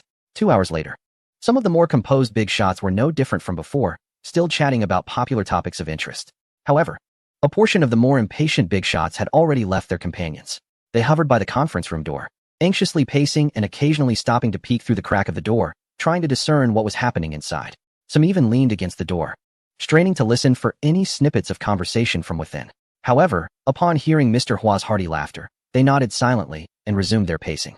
Since they seemed to be enjoying the conversation so much, there shouldn't be any issues, right? The waiting process is always long. By the third hour, there was no sound coming from inside, and everyone began to feel anxious. They all wore serious expressions, staring blankly at the conference room door. There was no conversation, only a feeling of impatience flowing among the senior figures. Xiaoli, go knock on the door and see what is going on. Forget it, I'll go. Zhao, feeling his right leg numb from standing still, slowly walked toward the door. It was better for him to knock. Otherwise, Xiaoli would definitely catch a scolding. However, just as he was about to touch the spotless door, it creaked open. Zhao, you must be anxious. Mr. Hua stepped out, looking excited, and immediately turned around, extending his hand outside. Mr. Beiji, please. What? What is happening? Am I seeing things?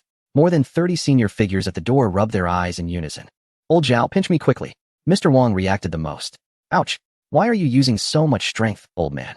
Do you want me to go on a journey to the afterlife right away? Oh, I was afraid you wouldn't feel it if I didn't use enough strength. Get lost. Mr. Dong suppressed a smile and quickly stepped out. Mr. Hua, after this parting, who knows when we will meet again? Please take care of your health and lead our country to break free from this world and towards the colorful starry sky. Starry sky? This world. The ears of the senior figures perked up immediately, and they had completely forgotten the earlier scene of Mr. Hua guiding Mr. Beiji. Mr. Beiji, always act within your means. If you feel something is unachievable, you must escape immediately. As the saying goes, as long as the Green Mountains remain, one need not worry about firewood. Although our homeland is still weak, we will never stop progressing. One day, we will stand tall in the starry sky. The homeland will always be your strong support. This will always be your home. Mr. Beiji nodded, shook Mr. Hua's hand firmly, and then strode into the passage. His figure flickered a few times before disappearing before everyone's eyes. Damn! The people in the passage were once again in shock, unable to recover for a long time. Could it be that this Beiji is really Beiji? A deity? If Mr. Dong knew the thoughts of the old men, he would surely be overjoyed. This was exactly the outcome he wanted. After a long while, Mr. Hua, who is this? What did you discuss with him? Everyone surrounded him, their faces filled with curiosity, especially old Wang, who was dying of curiosity over this groundbreaking secret. Of course, it's good news, but I can't reveal it to everyone just yet. Mr. Hua laughed heartily, glancing at his watch. It's getting late, everyone go have lunch first. And we'll continue the meeting at 3 p.m. Hey, keeping people in suspense is not gentlemanly. Get lost, go tell Mr. Hua that. No, I want tea. Get lost. After a fierce clash, Wang Lao was defeated. This old Zhao is simply a reckless man. Chapter 4 Departure Captain. Didn't you say you would be back soon? Why is it taking so long? I'm so bored waiting for you. In the bridge, Nova was tugging at one of Dongfang's arms, shaking it back and forth. Her little mouth was pouting, looking quite unhappy, as if to say, come comfort me, or I'll show you I'm angry. Dongfang didn't reply but turned to look at Nova's long, straight black hair, chuckling. He was enjoying the feeling of being spoiled by a girl. How sad. After 21 years of being single, Dongfang was easily captured by 3939's heart. It turns out that woman only affects my speed in drawing my sword. Where did the ironclad man go? Oh, Captain, why are you silent? Speak up, can't you see? Dongfang showed an amused expression. Oh no, I didn't see that. Nova flashed a mischievous smile, blinking her eyes with an innocent look. Captain, can you really not comfort a girl? Really? Okay, I heard you. Captain, why did you tell him so much? Aside from the local planet and the spaceship, you've almost said everything. Dongfang suddenly realized that this was the reason for her acting spoiled. At first, I thought like you, but as the conversation deepened, I suddenly felt that Hua Lao was extraordinary. People from my homeland say that you shouldn't put all your eggs in one basket. I want to leave some backup in my home country, just in case. In case I encounter failure. Seeing her on the verge of tears, Dongfang quickly replaced misfortune with failure. It's good to have a place to recuperate, don't you think? At least I can trust my back to my fellow countrymen. What do you think? You're right. As soon as Dongfang finished speaking, Nova broke into laughter. As long as Dongfang didn't say anything ominous, she would be very happy. And it was the kind of happiness that was hard to contain. All right, let us head back. Great. Uncle said he's making dompa pork today. It's really delicious. Dongfang chuckled at himself and sat back in his chair. He turned his head to look at the rapidly receding blue planet, silently smiling. He ultimately left behind all the technical materials of the Atlantis civilization. This was his decision made during the confidential talks with Hua Lao, because he believed that with Hua Lao's wisdom, there was absolutely no risk of leaking information. In this way, Dongfang, who didn't know when he would return, finally put his mind at ease. He believed that when he came back, the blue planet would certainly undergo earth-shattering changes. It's time to go. Boss, did you gather everyone today for something? Are we going to review the code? Don't worry, it's all prepared. Zhang Hao, sitting at Dongfang's side, said with a playful grin. 3 hours later, Dongfang had even had lunch and taken a nice afternoon nap. Haozi, can you be a bit quieter? Where's all this chatter coming from? Gao Yuan frowned. Thinking that this was worse than his brother's constant lack of seriousness, he should at least consider the occasion. It's fine. I called everyone here today to announce a major event. Dongfang chuckled, clearly in a good mood. Go ahead, we're all ears, Zhang Hao said, disregarding Gao Yuan. As long as the boss wasn't angry, nothing else mattered. A true loyalist. There are 2 things. First, we are going to develop Mars. The lunar space is too limited to fully expand our base. With the technological advancements on the blue planet, they will soon land on the moon to establish a forward base, so it's no longer suitable for us to stay here. Gao Yuan nodded in agreement, as he had been considering this issue lately. The moon was too close to their home planet, and with their compatriots constantly exploring it, if they were discovered, it could lead to complications, either being mistaken for an extraterrestrial civilization or having to explain the origins of their base. Neither scenario was ideal. During this time, everyone had been eagerly learning the control of the spacecraft and the use of instruments, and they had basically mastered it. So, I applied to lead the team for the full development of Mars. Gao Yuan's statement was met with agreement. After all, everyone was used to calling him by his old name, so no one referred to his new official title, Minister of the Cabinet. I want to go too. I recommend myself. Zhang Hao raised his hand, smirking. If you want to be the first to set foot on Mars, let's see if I agree. Well, we can discuss that later. I have a second matter to address. We will set off for the Pegasus star system. The conference room erupted in excitement. The Pegasus star system? Although they had long known that this boundless universe must host many civilizations, they were still in disbelief when this news was confirmed. Dongfang's words implied he knew the exact location of a civilization and that it could be easily reached. Where's the boss going? Isn't it better for us to develop quietly in the solar system? What if we encounter other civilizations? With our strength, can we compete? Zhang Hao felt a bit anxious. If things were going awry in the solar system, that would be one thing, but going to an entirely unknown civilization? Better to develop cautiously and not take unnecessary risks. It seems you're just like Xiaoyu said, paranoid about being persecuted. We also have people in the Pegasus star system. The purpose of my gathering everyone is to split the team in 2. One part will stay on Mars to develop and secure our main base, while the other part will follow me to explore what this vast and brilliant universe is really like. Dongfang tapped the table, indicating that it was not yet time to reveal the truth to everyone. I'm going with the boss. Zhang Hao was the first to jump up. I'm going too. Wang Qin followed suit. And me, Deng Yuanji, Yu Xingrui, and others chimed in. I'll stay behind. I'll watch the home front. Gao Yuan finally spoke up, knowing that with Dongfang's personality, someone would definitely be left behind to keep watch. As the most suitable choice for the task, he decided to take on the responsibility willingly. Brother Yuan knows my heart. Dongfang revealed a sweet smile, knowing he could leave with peace of mind, knowing Gao Yuan was watching over things. On July 10, 2023, at the lunar base spacecraft dock, over 20,000 citizens of the Huaxia Empire, dressed in advanced deep development exosuits, were boarding the ships. They entered their assigned spacecraft in groups of 1,000. Captain, all personnel are aboard. Everyone is ready to depart at any time. Nova shouted while donning the combat suit that had been in her wardrobe for a long time. Let us go. Destination, Dimestar. Yes. 20 spacecraft ignited simultaneously, disappearing with a whoosh from the lunar base. Harriman, Master, I have arrived. Chapter 5. Dimestar. The speed of the spacecraft was incredibly fast. Just how fast? Zhang Hao had seen the relevant data in the spacecraft operation manual. It described 1/10 of the speed of light, a detail he remembered well. However, when he truly experienced such speed, he understood the power behind those few words. The massive sun was rushing towards them, almost as if it would collide with them at any moment. Zhang Hao, along with the 2,000 crew members aboard the spacecraft, was understandably stunned. No, they should be called the Huaxia Empire Space Force.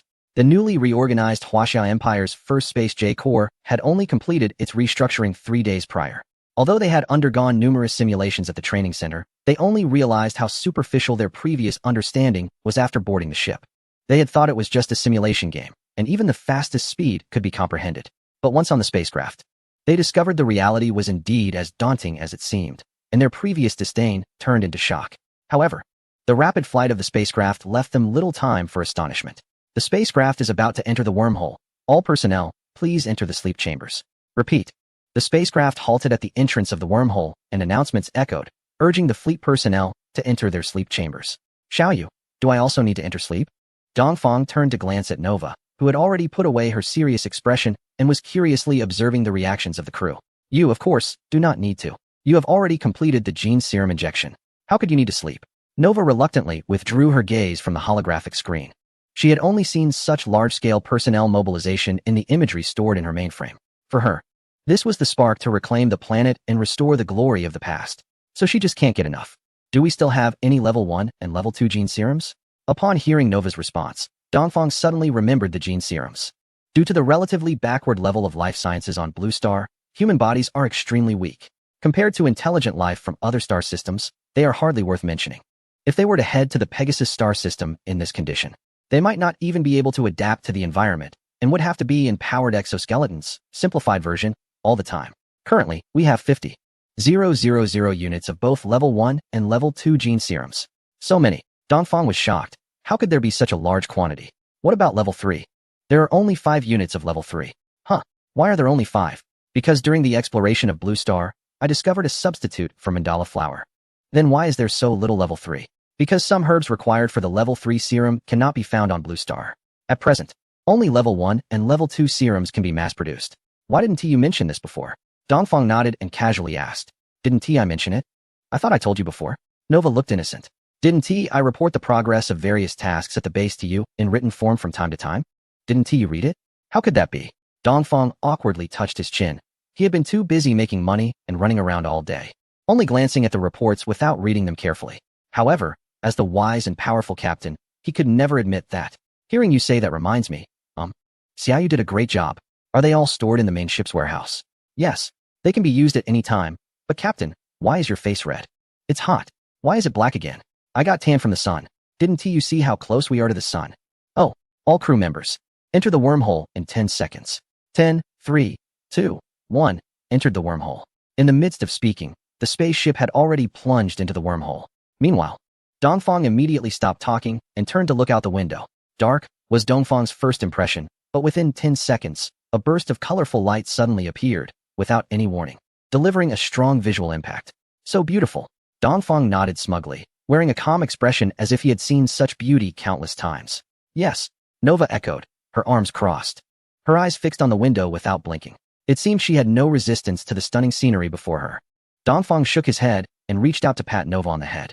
It seems all girls have no resistance to shiny things, and Nova is no exception. Seeing Nova still immersed in the beautiful sight, Dongfang withdrew his hand. He turned back to look out the window. He didn't want to miss such scenery either. It felt like a moment, yet it also seemed to last a long time. The East opened his eyes. After all, no matter how beautiful the scenery is, staring at it for too long can lead to aesthetic fatigue. So he had already returned to the rest chamber and comfortably lay down. Before he knew it, he had fallen asleep. However, just as he was about to get up to address a physiological need, the ship's mainframe emitted a somewhat mechanical voice. Approaching exit. Preparing to inject recovery agent, countdown. So soon? The East was a bit surprised. In his impression, it should take at least more than 10 days to traverse a wormhole, but now it had only been 56 hours. Pause injection of recovery agent. Complete the first level gene agent injection for everyone first. Originally, he thought he had plenty of time to rest a bit longer, but he didn't expect to finish the wormhole crossing so quickly, so he immediately connected with Nova. Alright then. Nova's execution ability was certainly not to be doubted. As the East heard the mainframe's countdown stop at 5. What a beautiful planet. Zhang Hao greedily gazed at the green sphere outside the porthole. Knowing that this was undoubtedly the destination of their journey, the planet Dimer. Is it beautiful? I think the blue planet is more beautiful. This one is too green. I don't like green. Deng Yuanji appeared next to Zhang Hao, hooking his shoulder with a look of disdain. Green has never been in his preferred category. You reckless man, haven't you heard that to live well, you must have a bit of green above your head? Oh, brother by his mighty. Your head is very green. Very green. Damn, watch out, or I won't spare you. Hey, why have you gotten lighter? Is the ship's gravity device malfunctioning? Damn. Did you take a strength-enhancing pill? Master, my great master, welcome to Dimer. I have been waiting for you for a long time. Chapter 6. Harriman's ambition. Harriman was crouched down. Even though he had a bandage wrapped around his head, he still lay respectfully on the deck, performing a grand salute to the East. He was truly convinced, from body to soul, completely submissive, not daring to harbor any thoughts of rebellion. This was a conclusion he had drawn from a bloody lesson. Of course, this started from when he proactively pledged allegiance to the East and returned to Daimler. Upon his return, he was immediately summoned by the Council of Elders to inquire about the trial situation. Fortunately, he had prepared in advance. And with the help of the family heir transformed from a bionic robot, he easily handled the Council of Elders and his father, the second clan leader, who was always inscrutable. He successfully obtained the status of the family's first heir. In fact, he had considered resisting, especially when he was questioned in the family meeting hall. Just as he was about to recount his experiences in the solar system, he immediately lost control of his body, and under that control, he perfectly completed the defense. Well, since one plan failed, Harriman devised another. He no longer resisted dealing with the family and proactively fulfilled his responsibilities to his father and the clan leader. Before immediately rushing to the imperial capital of the Pegasus Empire, Pegasus Star, he searched for the best medical facility in the empire, the Pegasus Royal Hospital, and underwent a comprehensive medical examination. There were blood tests, various analyses, and he was subjected to numerous instruments, which exhausted him to no end. Confidently, he took the results and went to meet the most renowned brain specialists in the empire, hoping that this esteemed expert could help him break free from control. However, he was disappointed. The consensus among all the doctors was that he, Harriman, was completely normal, more normal than normal. If there had to be an issue, it would likely be psychological, and for that, he needed to see a psychologist. When he requested their assistance, they politely declined, stating that it was beyond their expertise. Even with a higher offer, no doctor would see him again. What kind of illness does a healthy person have? If he had a mental issue, he should go to a psychiatric hospital. Otherwise, it would look like the doctors were profiting unethically. Well, this route was a dead end. But if you think that the heir of a family would give up so easily, you are quite naive. For the third time, he sought out life scientists. Since conventional methods failed to reveal any abnormalities, he decided to consult those mad scientists who had lost their sanity in the pursuit of research. Remarkably, he did find such a scientist. However, this one was a bit too eccentric. After reviewing the materials Harriman provided, he suggested a craniotomy, reasoning that since nothing was found, they might as well take a look inside. As for how Harriman was able to provide the materials, that was certainly tacitly permitted by the Eastern faction. The only goal was to make him give up completely. Control is not something one willingly accepts for the long term. Harriman was bold and surprisingly agreed to the procedure. Without further ado, he lay on the table and underwent the surgery. Unfortunately, even then, the scientist found no abnormalities. Dejected, he returned to the Imperial Star, just in time for news from the East to arrive. He could only recover while waiting for the Eastern faction's arrival, no longer daring to attempt to break free from control. This led to the earlier scene. Well, is your head healing up? Eastern asked with a teasing expression. Thanks to you, it's almost better. Good. You are my first subordinate in the Pegasus Empire, and you can't have any mishaps. Now tell me, who attacked you? Let me help you get revenge. Eastern immediately switched to an angry expression. It was just an accident, no one. Harriman stammered. Thank you for your concern. But this is a trivial matter that doesn't need to trouble you. Currently, his injuries were no longer serious. Harriman's face flushed. How could he dare to tell the truth? Not a word could he say. As if his master found out he was trying to find a way to break free from control, he would surely face consequences. Whether he could keep his life would depend on his master's mood. Since there's nothing else, let's prepare to enter the star system.